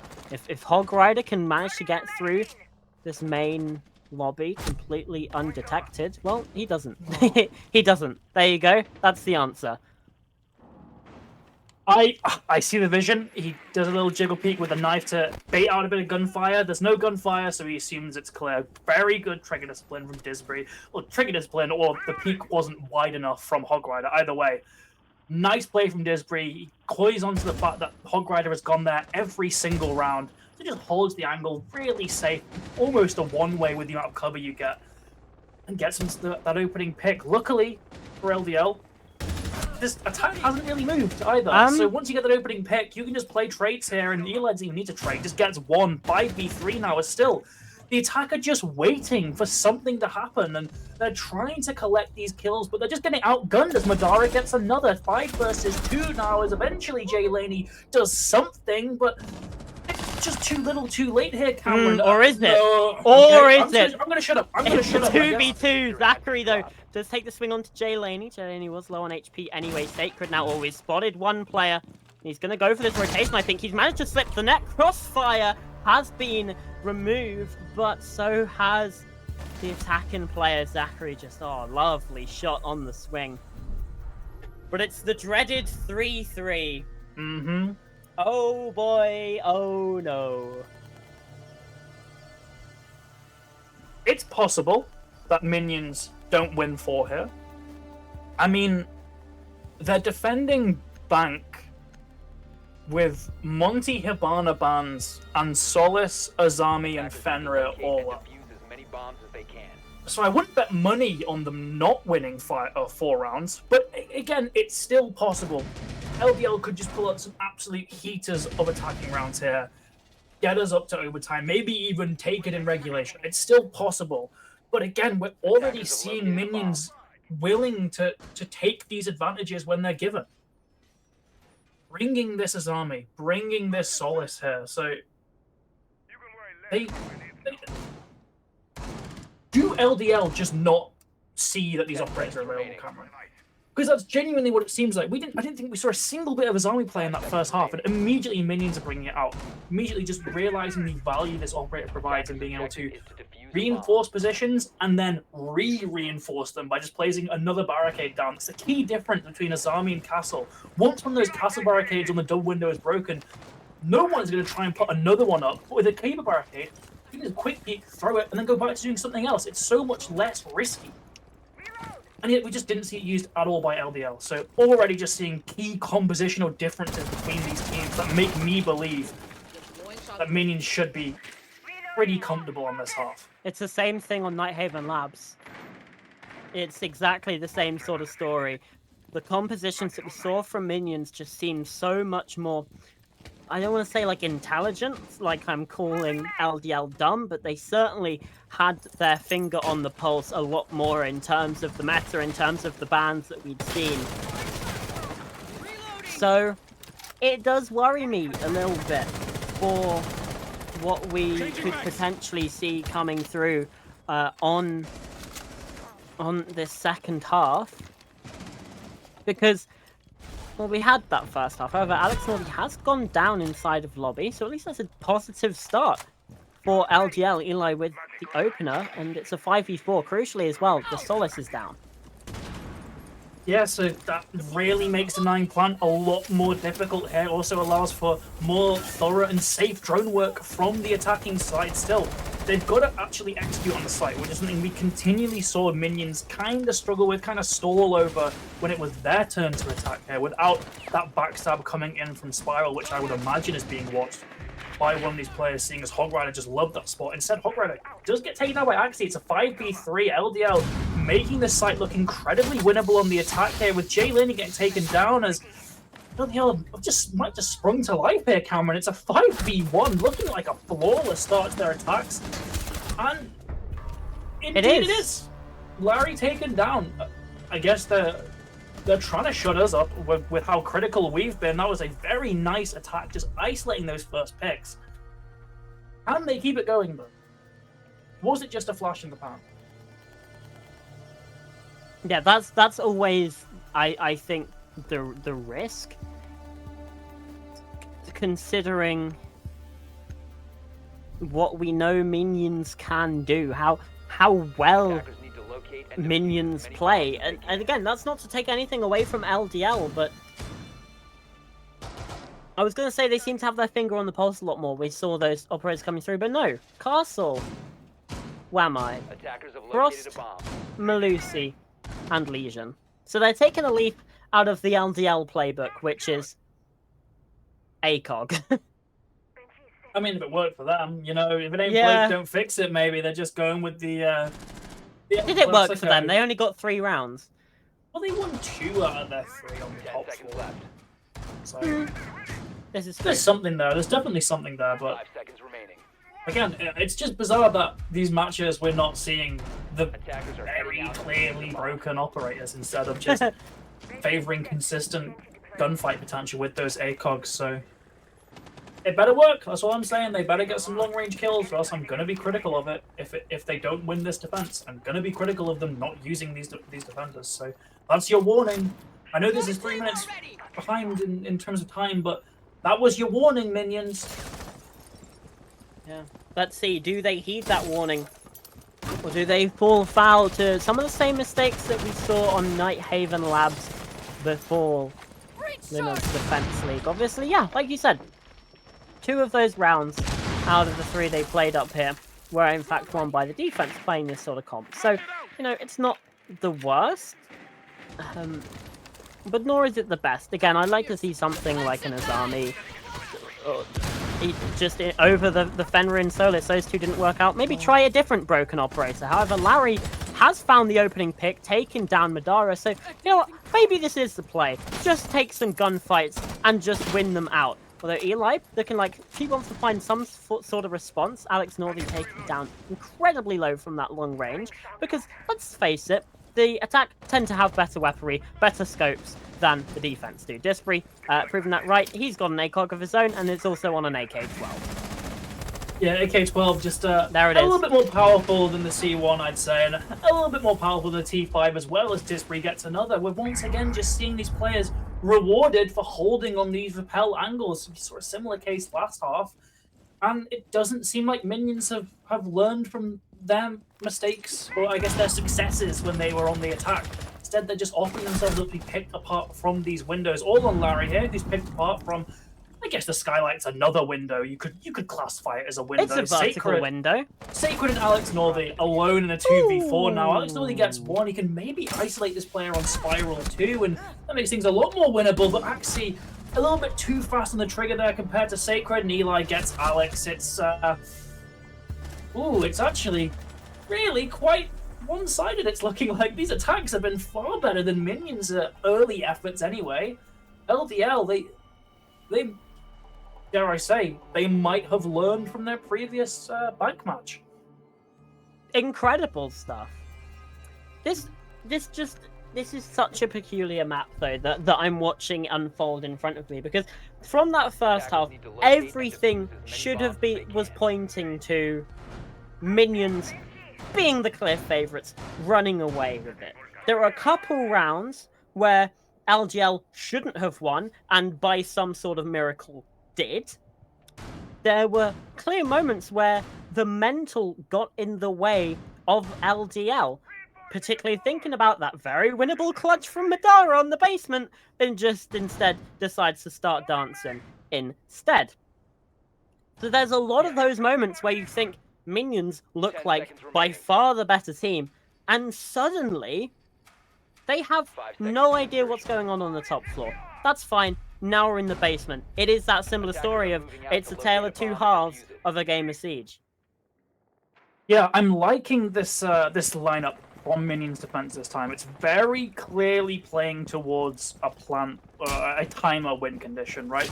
You've got all those Goyo canisters, those 3 smoke babes as well, to really just delay the planter. Melusi as well just causes a bit of slowness throughout the map, and the Fenrir can really cause a lot of stalling as well. So it's all designed to waste time throughout the map, particularly looking towards the execute as well. Just have Jaylani on the top floor to cause a bit of a ruckus as well, maybe. So I like that they've got a clear vision of how they want this round to play, but it does rely on certain things going their way, like Jaylani ideally surviving here to waste some time. If he dies early, it could really spell a bad future for this round, so he needs to not throw away his life here, and he's actually seemingly cornered here, actually knows someone's there, but he's just gonna slow peek, and he gets that? Thankfully, Madara's there to trade, but that's absolutely ridiculous. There's no way that, that they should be letting Jaylani get away with that. Another player's fallen for the side of LDL. Hog Rider crossing very dangerous territory there, but Eli can't quite land the shot, and instead he's going to... Oh, Zachary, you saw something. You saw the player. Larry not ready for that pre-fire. This is 3 versus 3. Again, a very, very peculiar round, but LDL could potentially get something very winnable from this, especially with the low HP on Sacred, but of course, even man count getting kind of low on the timer, you would favor Minions here. Yeah, all 3 of those smoke canisters as well, that barbed wire that's likely on white stairs. It's just such a massive utility they have to navigate around here, and as he said, less than a minute remaining now. They have to start thinking of an execute, and if they can't at least get 1 extra pick, it looks like it's going to go the way of Minions. They are really going to have to try their best to take down 1 player, because a 3v3 with all the stuff we've just mentioned, it just doesn't look likely. The best player for the job, I'd say, is Zachary on this angle. If he can prone here, maybe just cheese a kill into the leg of that smoke player, or a single bullet onto the one to down them would be what they need so instead. Much denial. Look at all this utility. There's so much denial there. You have those toxic babes. You have the Vulcan canisters. Alex Northy now tossing out another one. Hog Rider with a kill. Zachary, though, aggressing down these stairs with a nice little double. And it's just Alex Northy. He's only got an SMG-11. Not too great for these long-range fights. And his position's been noted. He runs into the bullets. Linards Defense League have somehow got themselves to map point in 3 straight rounds here on the attack. I pray that Minions take a timeout right now, because my god, they need to just put a break, put a pause, say, hold on guys, let's have a chat, let's have a talk, let's slow things down, because right now LDL just have the tightest iron grip on Minions' balls. They're just squeezing them, and they just can't do anything about it. Yeah, they ain't taking a timeout, Chief. Minion just going with it, I guess. Well, just why rocking not? with the 3-6.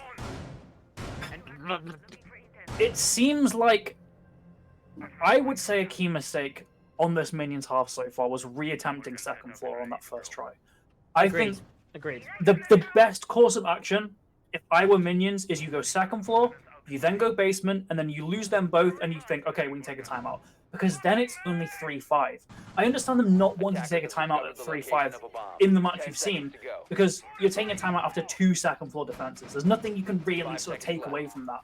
But after losing 2 sites, that's suddenly a lot more info you can use in a timeout. The problem with taking a timeout when you're 3-6 down, though, is you would then give LDL so much time to kind of formulate, okay, we just need one more round. We can just play chill, just play the game we know, play on Siege, blah, blah, blah. And that really takes a lot of stress off them. So I do kind of see why Minions don't take a timeout now, but they should have taken one earlier. They should have formulated their sites that they picked earlier to accommodate for this. Instead, they got risky on that second floor. They got a little bit overconfident, and now they're in really quite a sticky situation where they can't afford to take a timeout because that would probably help LDL more than them. And it's something we saw on Nighthaven Labs. You know, LDL got to that 6-5, they call a timeout, and it just gives Minions the exact sort of time that they needed to prepare themselves for whatever was about to come in round number 12, and it was one of the easiest rounds that we'd seen Minions win, at least in that half. So, again, LDL may be worried that... Oh, sorry, Minions worried that the same thing will happen for LDL, but it means that you just kind of have to just keep rolling with these punches. But there's just so many. Eli's got a double. It's just so unattainable right now to see any sort of goodwill go the way of Minions. A C4 lands, but it only deals 5 damage. Sacred, though, is at least good for the reaction, but it's still a 2 versus 3. I'm just kind of lost for words here. They've just allowed Eli on that Bravo to walk in and kill 2. It forces Alex Nolly to get aggressive on the smoke. All 3 counters in pocket. He makes an aggressive play. Sure, it helps to even out the man count, but his player on his elevator position already dropped. He had no one to cover him. He had a shotgun in hand. Of course he's dying, though. It just seems like this whole defensive setup fundamentally doesn't really work, and it's been completely exploited by LDL here. Before Larry gets one, it's a 2v2. The grenade canisters have been popped. There's no smoke canisters. Larry's been killed. The last player they know is upstairs. It's Sacred on a one-way angle. Can't afford to peek anything. He has to go down the hatch or go down the stairs. He chooses the hatch. Actually doesn't die there, but it's a done deal. Somehow. 1v2 on a pixel of health. It's a little bit longer than I thought, but LDL just dismantle Minions there.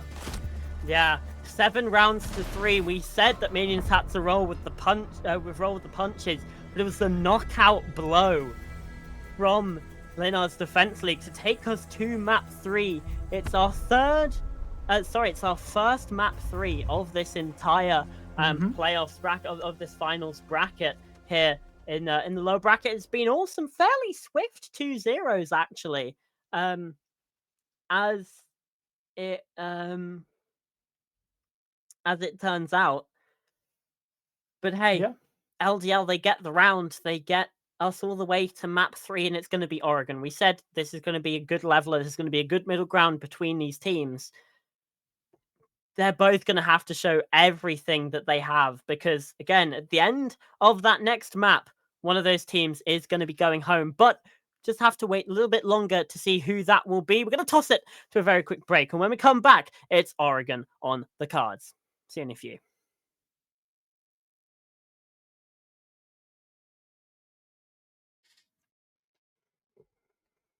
Hello, everyone. Welcome back to the stream. It's our final map of this series.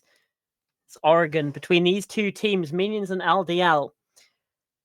We've had an interesting road to get here, Joe. By the way, I'm still Pastor, still joined by Joe Poobel. Hello. We're here. We're ready to party. Yeah. I didn't think we'd make it to map 3, and I don't think Neither did I. I thought Yeah. Bank was a done deal for Minions. Like, just even before we got there, it just looked like it would be a Minions win.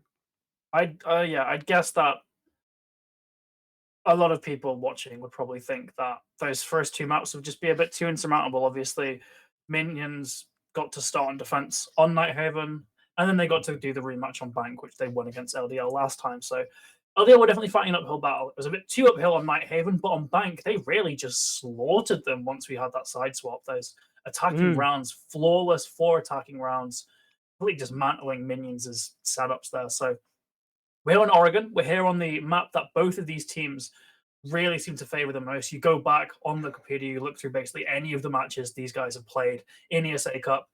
There is a resounding chance it's going to be on Oregon. They just love playing this map. They love. I'd imagine it's just because of how gunfight sort of centered it is. It's very much a map where strats can be kind of put on the back burner as long as you are competent with your gun skill. And these teams are both very, very competent with their gun skill. You can win rounds. So it seems like there's no more fitting place to really eliminate one of these teams than on their favored, almost home turf of Oregon. There, just a map that they love playing, and it will be the final map that one of these teams does play in ESA Cup Season 8. Yeah, absolutely will. Heading over to the good old US of A. Oregon awaits us, the final map of this best of 3. And like you said, Joe, the final map of one of these teams in ESA Cup Season 8. We mentioned it in the pre-show. Either Minions or LDL are not going to make the top 12. Crazy. And it's all down to Oregon. Yeah, I think it's safe to say both these teams, since the kind of split, haven't found that form of success. Obviously, Minions, the team name, haven't made it to a finals since, and the roster being that of LDL now haven't really gotten to their former glory since that split either. So they're both looking for a bit of redemption here, as we're finally seeing a Ying ban today. That Monty has been a common throughout the 3 maps, but Ying are now meeting that ban phase as well. And I was quite honestly surprised to not see any Ying in those previous 2 maps, because she's such a strong attacker. But for, I guess, Oregon being a smaller map, Yinga just increases in value, so they want to get her off the board.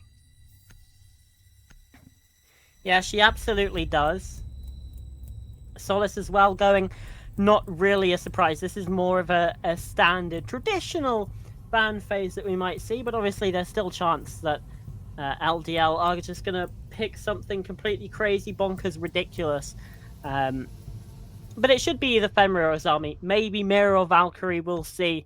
But instead it's going to be Kaid? I mean, in I guess credit to LDL, they rocked the Kaid ban last map, and they had an incredible string of attacks. They won every single attack they attempted. So that's true. Maybe there's something behind it, just being able to open those hatches much, much easier. Still, though, you're not banning Azami. You're not banning Fenrir. These are strong defenders that, once again, LDL isn't bringing, instead really loving that Frost. And aside from the deployable shield, I don't understand that. I don't understand where you're getting the value from on Frost on this site. No, definitely. If you're playing a top floor, Frost makes sense, right? You've got the windows, you got pit. What do you have on basement where a Frost is necessary? I guess catching them off guard on the roam clear, just put a Frost mat on the other side of the map, maybe. But yeah, aside from the shield, which there are other operators you can bring a deployable shield on, I do not understand the Frost pick here. Especially when we're not picking Azami, we're not picking Fenrir. So LDL, just rocking with more of these classic traditional operators, not conceding to the new meta, it seems, as they're going to be facing Minions on Oregon, this final map. Normalcy has kind of been returned, I guess. Looking at these bans, normalcy has been returned, and what's a more fitting place to be normal than Oregon? Yeah, but we've also got a blitz coming through from Alex Northey. We know how much Minions love their shields. We know how much LDL love their shields as well.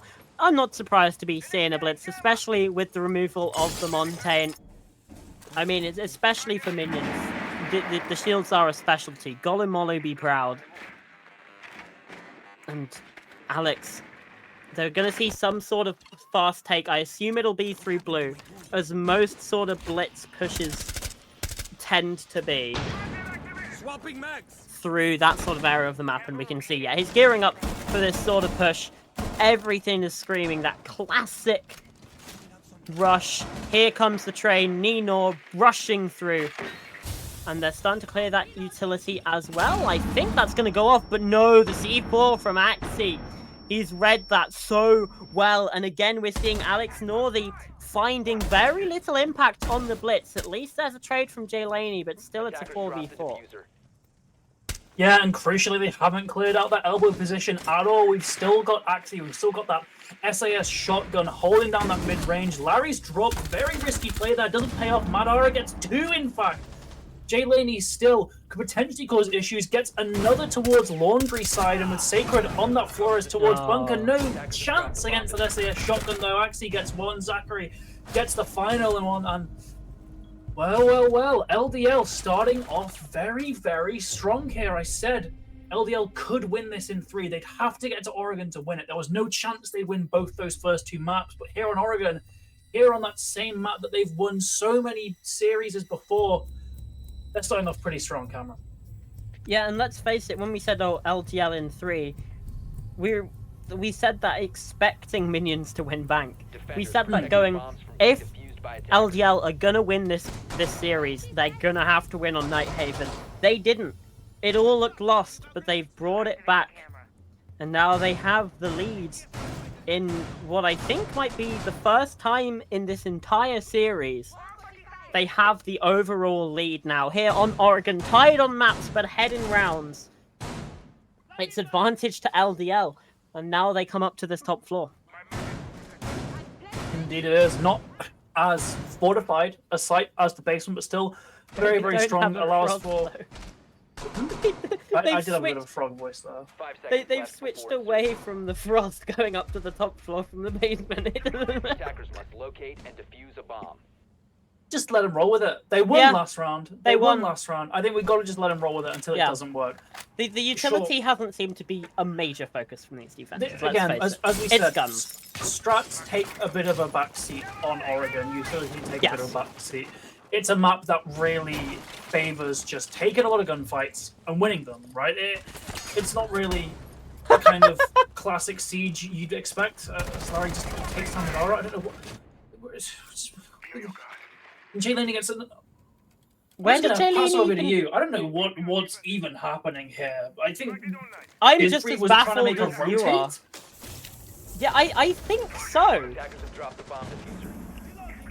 As for Madara, don't even get me started. That was baffling. Okay, so, well, it's a 5v3. Make that a 4v3. Actually, well, continuing to be the fragger that we know and love. Maybe didn't quite see as much of it throughout this series as we would have liked, but, well, is here to play now on Oregon. Already 3-0. Potential to find many, many more kills, even in this round, but Zachary's not aware of that window position from Alex Northey on the rappel, making it a 4 versus 2. Yeah, just incredible trade game coming out from the attack here. A lot of pressure being put onto the site itself. Minions for sure not taking this line down as it's this 2 versus 4. Axie boxed off alone by Hobo Eli as well. They're going to have to try and re-engage, but they just can't get it done. Axie gets 1, but it's all for nothing. Alex finishes him off, and Minions keep it close. 1-1, that advantage overall that LDL had never seen before, and just like that, it's taken away once again as we are dead even. That we are. And let's face it, these two teams were once one and the same. These two teams are never that far away from each other.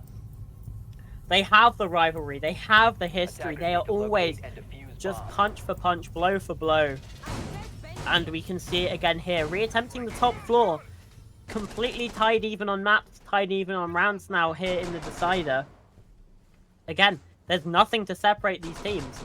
This map could go to overtime, but again, Taylor 2 halves. This first half could be close, and then one of these teams could just run away with it. Exactly like we saw on Bank. It's really anyone's guess. Well, yeah, talking about the first half, I want to focus on the first half of that last round. We just saw a lot of reckless play from LDL there that were just gifting Minions free picks. Those were 2 openers that they should really have had to fight a lot harder for. Instead, they just wandered into lines of sight seemingly. Again, I'm not sure what was happening with Disbury if he was late to make that rotate, but he was killed completely there was no exchange of gunfight of bullets at all there. Disbury caught with his pants down, taken down. Madara as well over Pete. If they don't do that this round, suddenly we could still see a very strong LDL defense here, which is why I don't want to be too eager to say that, like, oh, this could go to overtime, because that was a very poorly played first part of that round from the defense, rather than a well-played start from the attack. Yeah, although again, you could potentially argue a similar thing, not quite to a similar extent for round number 1. There are certainly a lot of decisions made by Attackers have located a minions that definitely didn't pan out. Obviously, though, there was a lot more pressure on LDL to really apply the pressure and everything the same. So yeah, they certainly look like the better side, but at the same time, when they're giving away kills like that, when they're giving away rounds like that on a site that they should be winning, you start to look and think, you know, yeah, sure, even if they win this, there's going to have to be a tertiary at some point. They don't look the most comfortable on the top floor. They sort of get a bit tetchy, get a bit itchy in their pants. They can't quite sit still. And it's still a poor sign of things to come. But again, that's extrapolation. We've only seen these 2 rounds. As for now, there's still 5 players left alive on either side. Although, I have a feeling that's not going to last.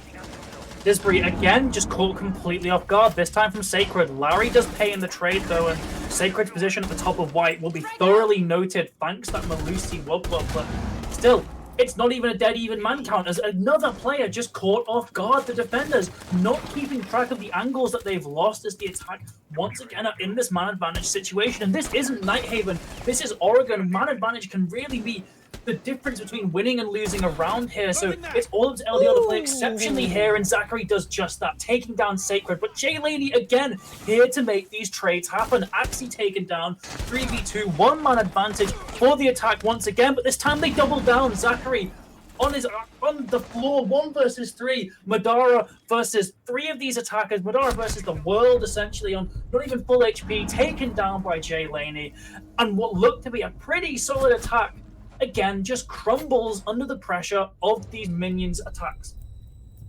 Yeah, again, it's a similar story, and that's why, you know, round 2 was kind of an indicator, because we saw the exact same mistakes plague LDL in round number 3. They don't have the awareness around the map while they're here on the defense. They don't have, like, let's face it, in round 1, they didn't really have the awareness around the map, because they just kind of just looked at the doorways with shotguns and went, we win gunfight, we win game.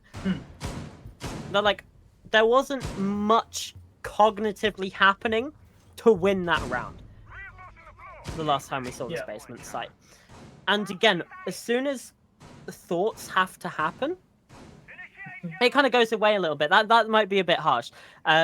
But again, they're not aware of the angles that are being watched. They're walking into lines of sight. They're late to making rotates, unaware that there's players inside a tower, like we saw in round number 2, or they're just kind of swinging that for the fun of it, I guess. It seems like there's a lot of unawareness. There's a lot of times when they're just not quite locked in enough, and that could potentially be very, very dangerous. Yeah, I gotta point out, we're still not seeing Fenrir. No, we're not. For a side that has struggled in these past 2 rounds with just knowing where attackers are and being caught off guard from angles they just didn't have enough manpower to cover, but they've got Legion bringing the Fenrir would fix those issues so much. Not only would it give you the intel, it also gives you an advantage in the gunfight because the attacker can't see. Instead, we're just rocking these older operators. Malusi being brought again, Mute being brought again. Even Legion isn't as adaptable anymore after losing those impact grenades. And he's got a 612. He's got a 612. Okay, I guess he doesn't need the nades to make a rotate because he can just use a terrible shotgun. It doesn't make any sense. And again, like, I know that it sounds like we're beating a dead horse here, going, this composition is bad. But Siege at the end of the day... 3 most banned defenders for a reason. The end of the day, Siege is a tactical shooter. And you have these characters available to you when they're not banned, and they give you a massive advantage. Instead, it feels like LDL are purposefully handicapping themselves by picking suboptimal compositions with suboptimal weapons.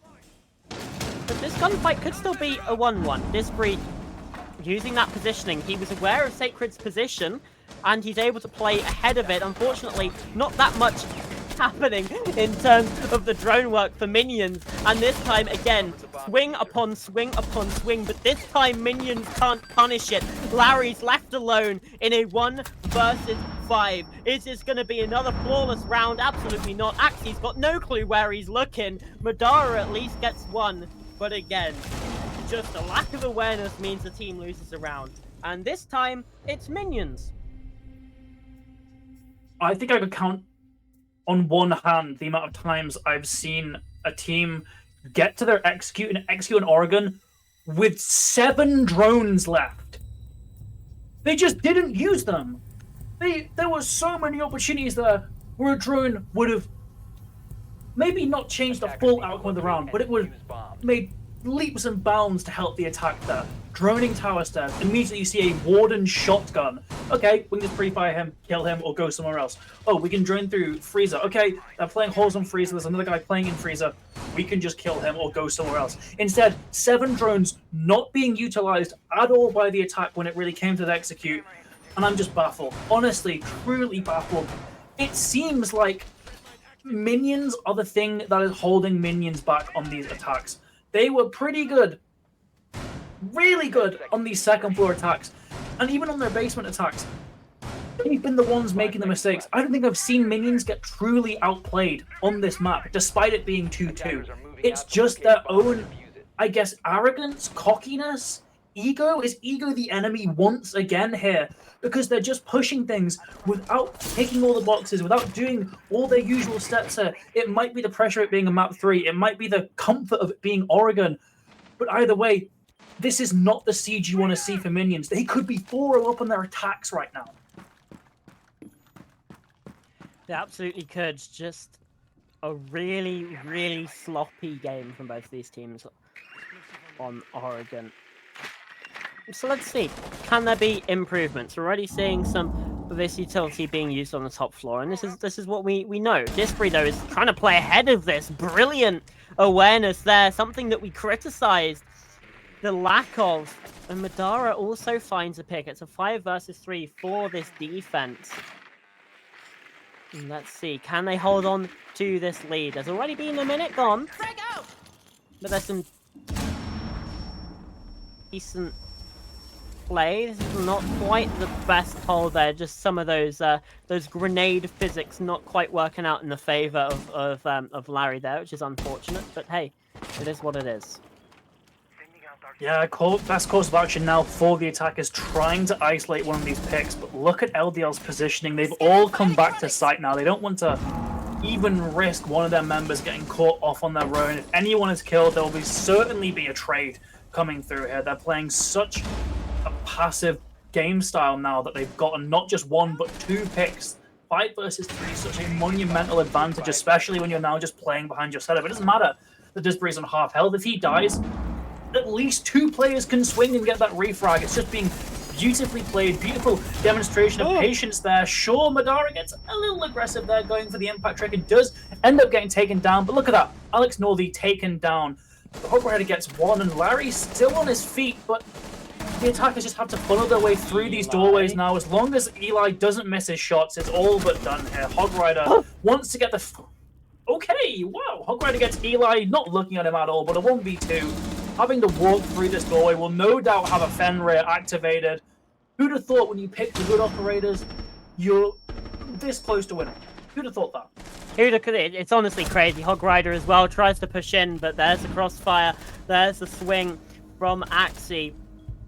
And hey, let's face it. The awareness on the map, much, much better. Disbury with that crucial opening pick on the bottom, on the ground floor even, to take out Hatred. Sacred. It just works out so much nicer for them, they had the awareness, they were ready, and they had the read on what minions wanted to do, which is something we didn't see on those previous Attackers need to locate and previous defuse the sides. bombs as they can. But now we go to this tertiary site. And Joe, is it going up for another 3-3 defensive half for Linards Defense League? It sure is looking like that, but Bomb located by give credit attackers. to LDL. That round there was the first time I could confidently say that minions were outplayed. It wasn't minions making a load of mistakes. It was LDL actually taking the initiative, making these plays happen, and reaping the rewards. So that says what beautifully going on this tertiary site. The unfortunate thing is it's a tertiary site for a reason. The attack got a lot of easy access, easy pressure onto this site and onto the roam as well. Actually, seemingly alone on that top floor to begin with. Eli's on the boss G, just betting it all on a spawn peak, I'd imagine. Spreading in and out, just playing with any intel, forcing a bit of panic, I guess, from the attack. He's a very risky operator with this boss G, but it's a risk-reward weapon. So if he misses, he's probably dead. But if he hits, then hey, we're in business. And there it is. Never mind, the 3 armor just not enough. Eli takes him down. Even the body shot there downs him. Just so nicely played there. Waiting for the perfect time to swing and capitalizing on it. And again, that's another time where we're starting to see LGL. They're warming up into Oregon. They're getting these reads on what minions are doing, which is what we saw in the first quarter of this game. But they're starting to really warm up into things now. My question is it too little, too late? But hey, a 4-2 half here would be absolutely huge. The difference between 4-2 and 3-3, particularly on Oregon when you're defending, is massive. Yeah, Eli causing a lot of issues there. Forced Jay Laney to actually just leave the building out of fear of being flanked, I guess, or taken out in a 1v1. Because Jay Laney has that diffuser. You've got to keep in mind. It's an incredible risk for him to be alone with that diffuser when they're already at a man disadvantage. He's having to drone himself out as well. And it's against a Vigil. So it doesn't even really matter if you drone yourself out. You're still going to take a pretty disadvantaged gunfight here with that boss G. Meanwhile, it looks like an execute is trying to happen here. Jay Laney could just go for it all, go through this one. See the leg. He doesn't clock onto it though, and is taken down by who else but Eli with the boss G. Case down, deep in sight, no chance for an attacking win here, Cameron. There surely isn't. A gunfight is won, though, by Sacred, so at least it's going to be a 2 versus 4, but quickly made into a clutch situation. Oh, what a pre-fire! Eli running and gunning his way into an LDL round win, and an LDL 4-2 half. The 3-3 curse, blessing, torture chamber has evaded them this time around. They only need 3 attacks on Oregon. Looking pretty doable, I'd say. Looking really good, especially only needing 2 to get to overtime as well, which adds further pressure onto minions. So we said LDL in 3. They're really looking to prove us right here as they're heading onto the attacks. As you said, 3 required. No means an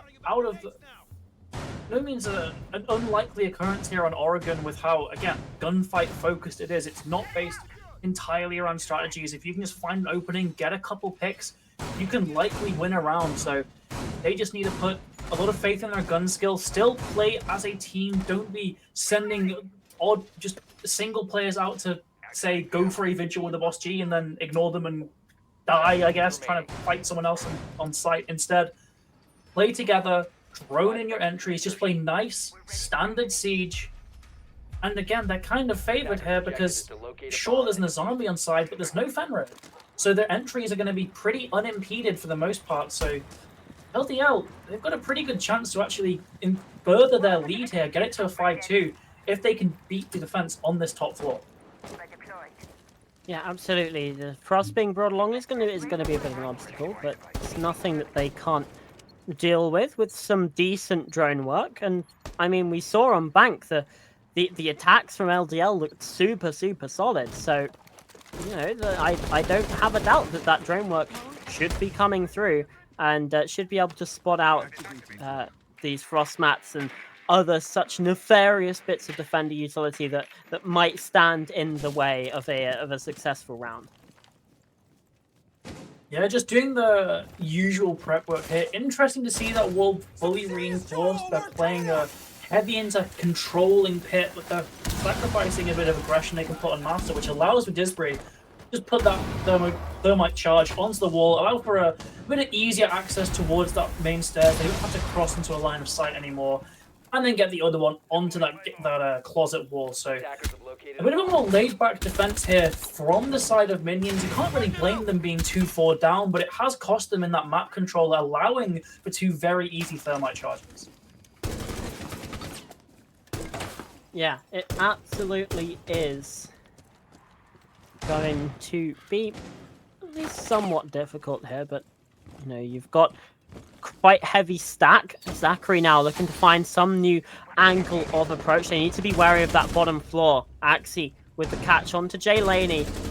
Lovely stuff. You can tell they've got that drone work. They've got the information coming through. The firebolts now forcing Sacred away from his position. A lot of damage being dealt, but now Madara is sticking. Eli with a kill. Free Fire's coming on through, trying to deny this position. Alex Northy's found a knife, but 2 quick kills for Linards Defense League leaves Sacred in a 1 versus 4. Gets 1 from long range. That's Axie falling, but still 3 players left. The diffuser hasn't been planted.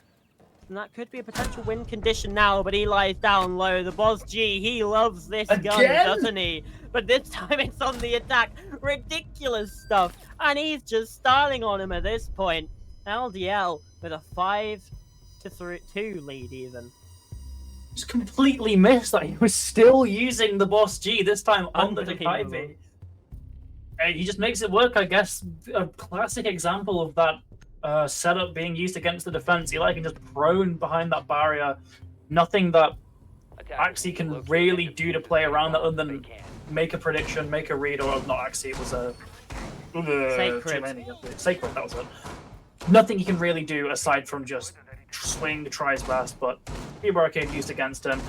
It almost went very wrong, but we just saw that trade infrastructure working beautifully there, despite Alex Norley getting that knife onto the planter. Instantly, 2 quick trades. They just took advantage of the momentary chaos, the momentary aggression of those defenders, and shut them down completely. It's a total gunfight diff now on the side of LDL here. Despite how strong the Minions were coming into this, they just can't seem to win these gunfights on the whole anymore. And LDL really coming drastically close to taking this map. Only 2 rounds required. They're on the basement now, which is that statistically most favored defensive site. They are looking like they could really steal away a series that had Minions written all over it as far back as the map ban phase.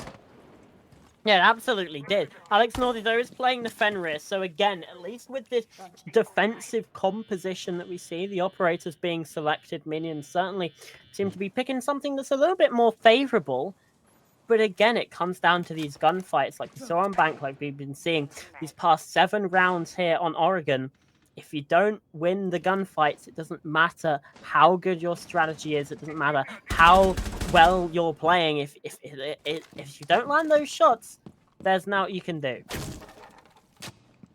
Indeed, but I mean, you can still provide some additional amount of utility. And with Eli getting taken out early, I swear if he's using the boss G, by the way, and he's died because of that. That would not be the best, but still, they have the tools for the job here. They've got those hard reach charges to apply a little bit of pressure. E-Box is now essentially a no-go zone for the defense, and these Bravo drones are going to likely pack that 1 bulletproof camera.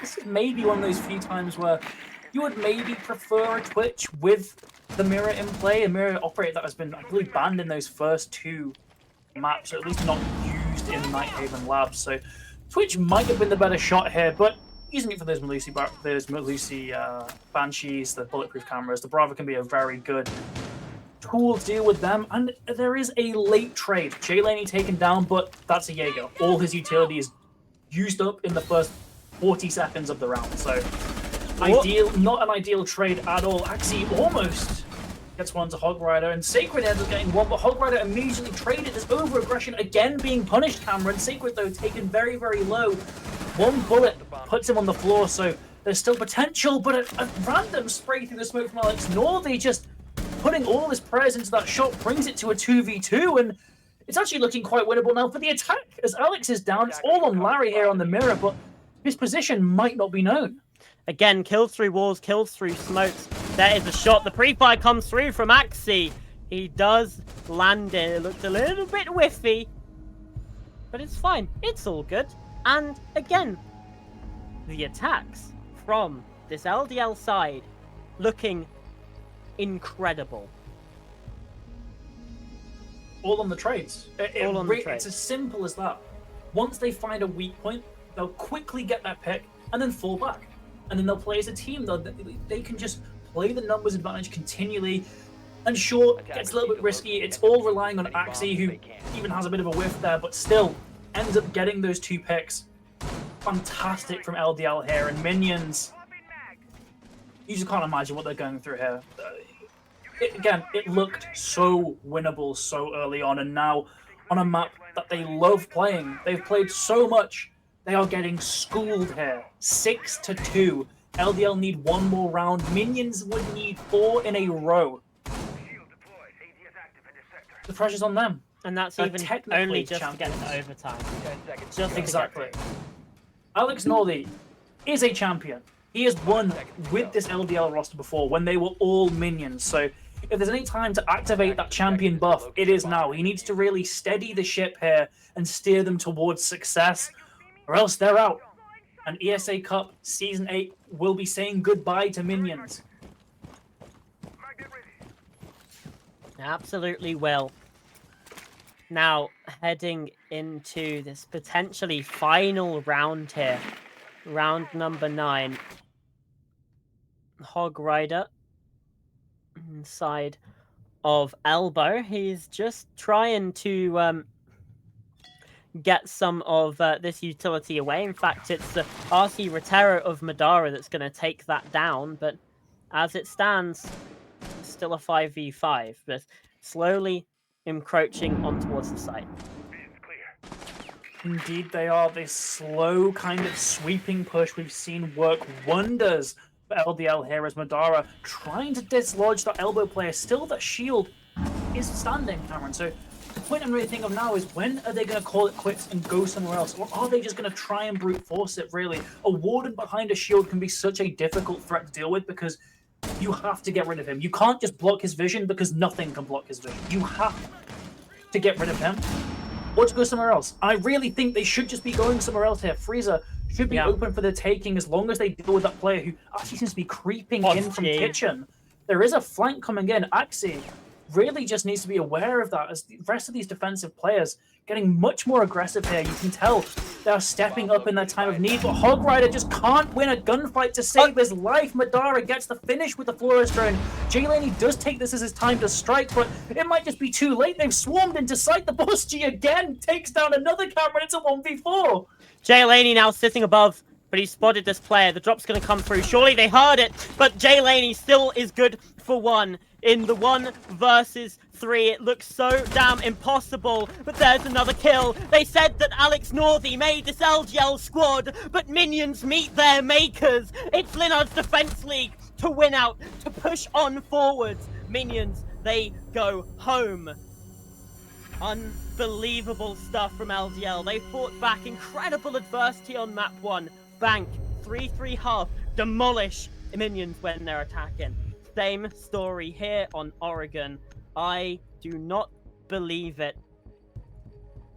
Just what can you even say at that point apart from this? But it's Minions choke Omek. That's very mean. Kicking a team while they're down, Cameron. I'd never do such a thing. But yeah, LDL just had a bit of a metamorphosis in that series. They did. Started so sort of horribly slow on Nighthaven, really couldn't find anything. We were considering that it might even end up being a 6-0 half on Nighthaven. They did eventually manage to have a bit of breakthrough on their defenses, but still it just wasn't enough. They lose it 7-5. Coming into Bank, a map they'd already lost against Minions just last month, and yet they come in absolutely swinging, getting that 3-3 on defense. Sure, not ideal, then just clobbering them on attack. A flawless set of 4 attacking wins in a row. And then they keep that ball rolling on Oregon, completely annihilating minions when the side swap came in. Fantastic from them. and they prove why they won the ESA Cup 2 seasons ago. Yeah, they absolutely did. Just that mental resilience in and of itself to push through the hardships and to get themselves into this position is really what was necessary for them. Then looking in towards the low bracket round 2, they got a bit of a break now, actually, because obviously we have the 6th major that's happening later this month. We've got just next week's games in the upper bracket quarterfinals there. You can see Envision Esports versus Retirement Home, Ghost Army versus Labor Release, Flawless 7 versus MG Ryuga, and HP Gaming versus Molotov Gang. That's your upper bracket games next week. And then we get to watch the major. We have all of that exciting stuff, and then that's when we come back to ESA Cup. So there will be a little bit of a break in a couple weeks' time. And that gives LDL a lot of chance to rest, to recover after this game. And it means that they get to watch those upper bracket quarterfinals with a lot of, I guess, not quite patience, but they just get to chill. They get to watch it. They have plenty of time to prepare for that game. And assuming I know how brackets work, they'll play the loser of Envision Esports versus Retirement Home. That's my guess on looking at how that bracket I'd imagine that is probably going to work out. 2 very, very strong squads, but again, every team that's in this top 12 now, which obviously after the results earlier this week also includes Phoenix Esports after they beat Team Black, Team Aspire after they beat AGM, and French Power after they beat Crown Zero. That top 12 is looking mighty, and you've still got some absolute hard hitters in the upper bracket. Looking at Ghost Army, Labor Least, Flawless 7, Entropy, and MVG as well are up there. And then in this lower bracket, you've got teams like LDL that are gonna try and go on that lower bracket run. It's a scary, scary rest of the tournament for any team. Yeah, it really is. I guess luckily for them, they have that break, and I think that Manchester major break is really quite crucial because it allows them to see how this new patch is going to really affect things, right? If we see drastic meta shifts because of the, albeit quite minor changes in the mid-season patch, they can just see how these top tier teams react to it, and then it will kind of trickle down into the system. We can potentially see how teams will adapt to changes like the potential removal of impact tracking on certain sites, like the removal of Yana's flash grenades, like the difference in Lesion's utility. We could see new metas forming around that. And as you said, it just gives teams a nice big break to just sort of cool off and just have a bit of a chill. Just chill around, chillax. You know, don't be so stressed about having to play the very next week. Instead, you can just kind of put the brakes on a bit. Obviously, keep scrimming, keep playing the game, but you don't have to be focused and stressed about playing officials. Yeah. Well, you heard it here first, folks. Joe Pubel advocating for trickle-down economics. That's all been it from us here in the ESA Cup stream. We'll see you next week for some more ESA Cup action. I've been Pastor, joined by Pubel. Bosamax on the sticks. Voight has been controlling the stream for you all at home. Thank you very much for watching. Goodbye.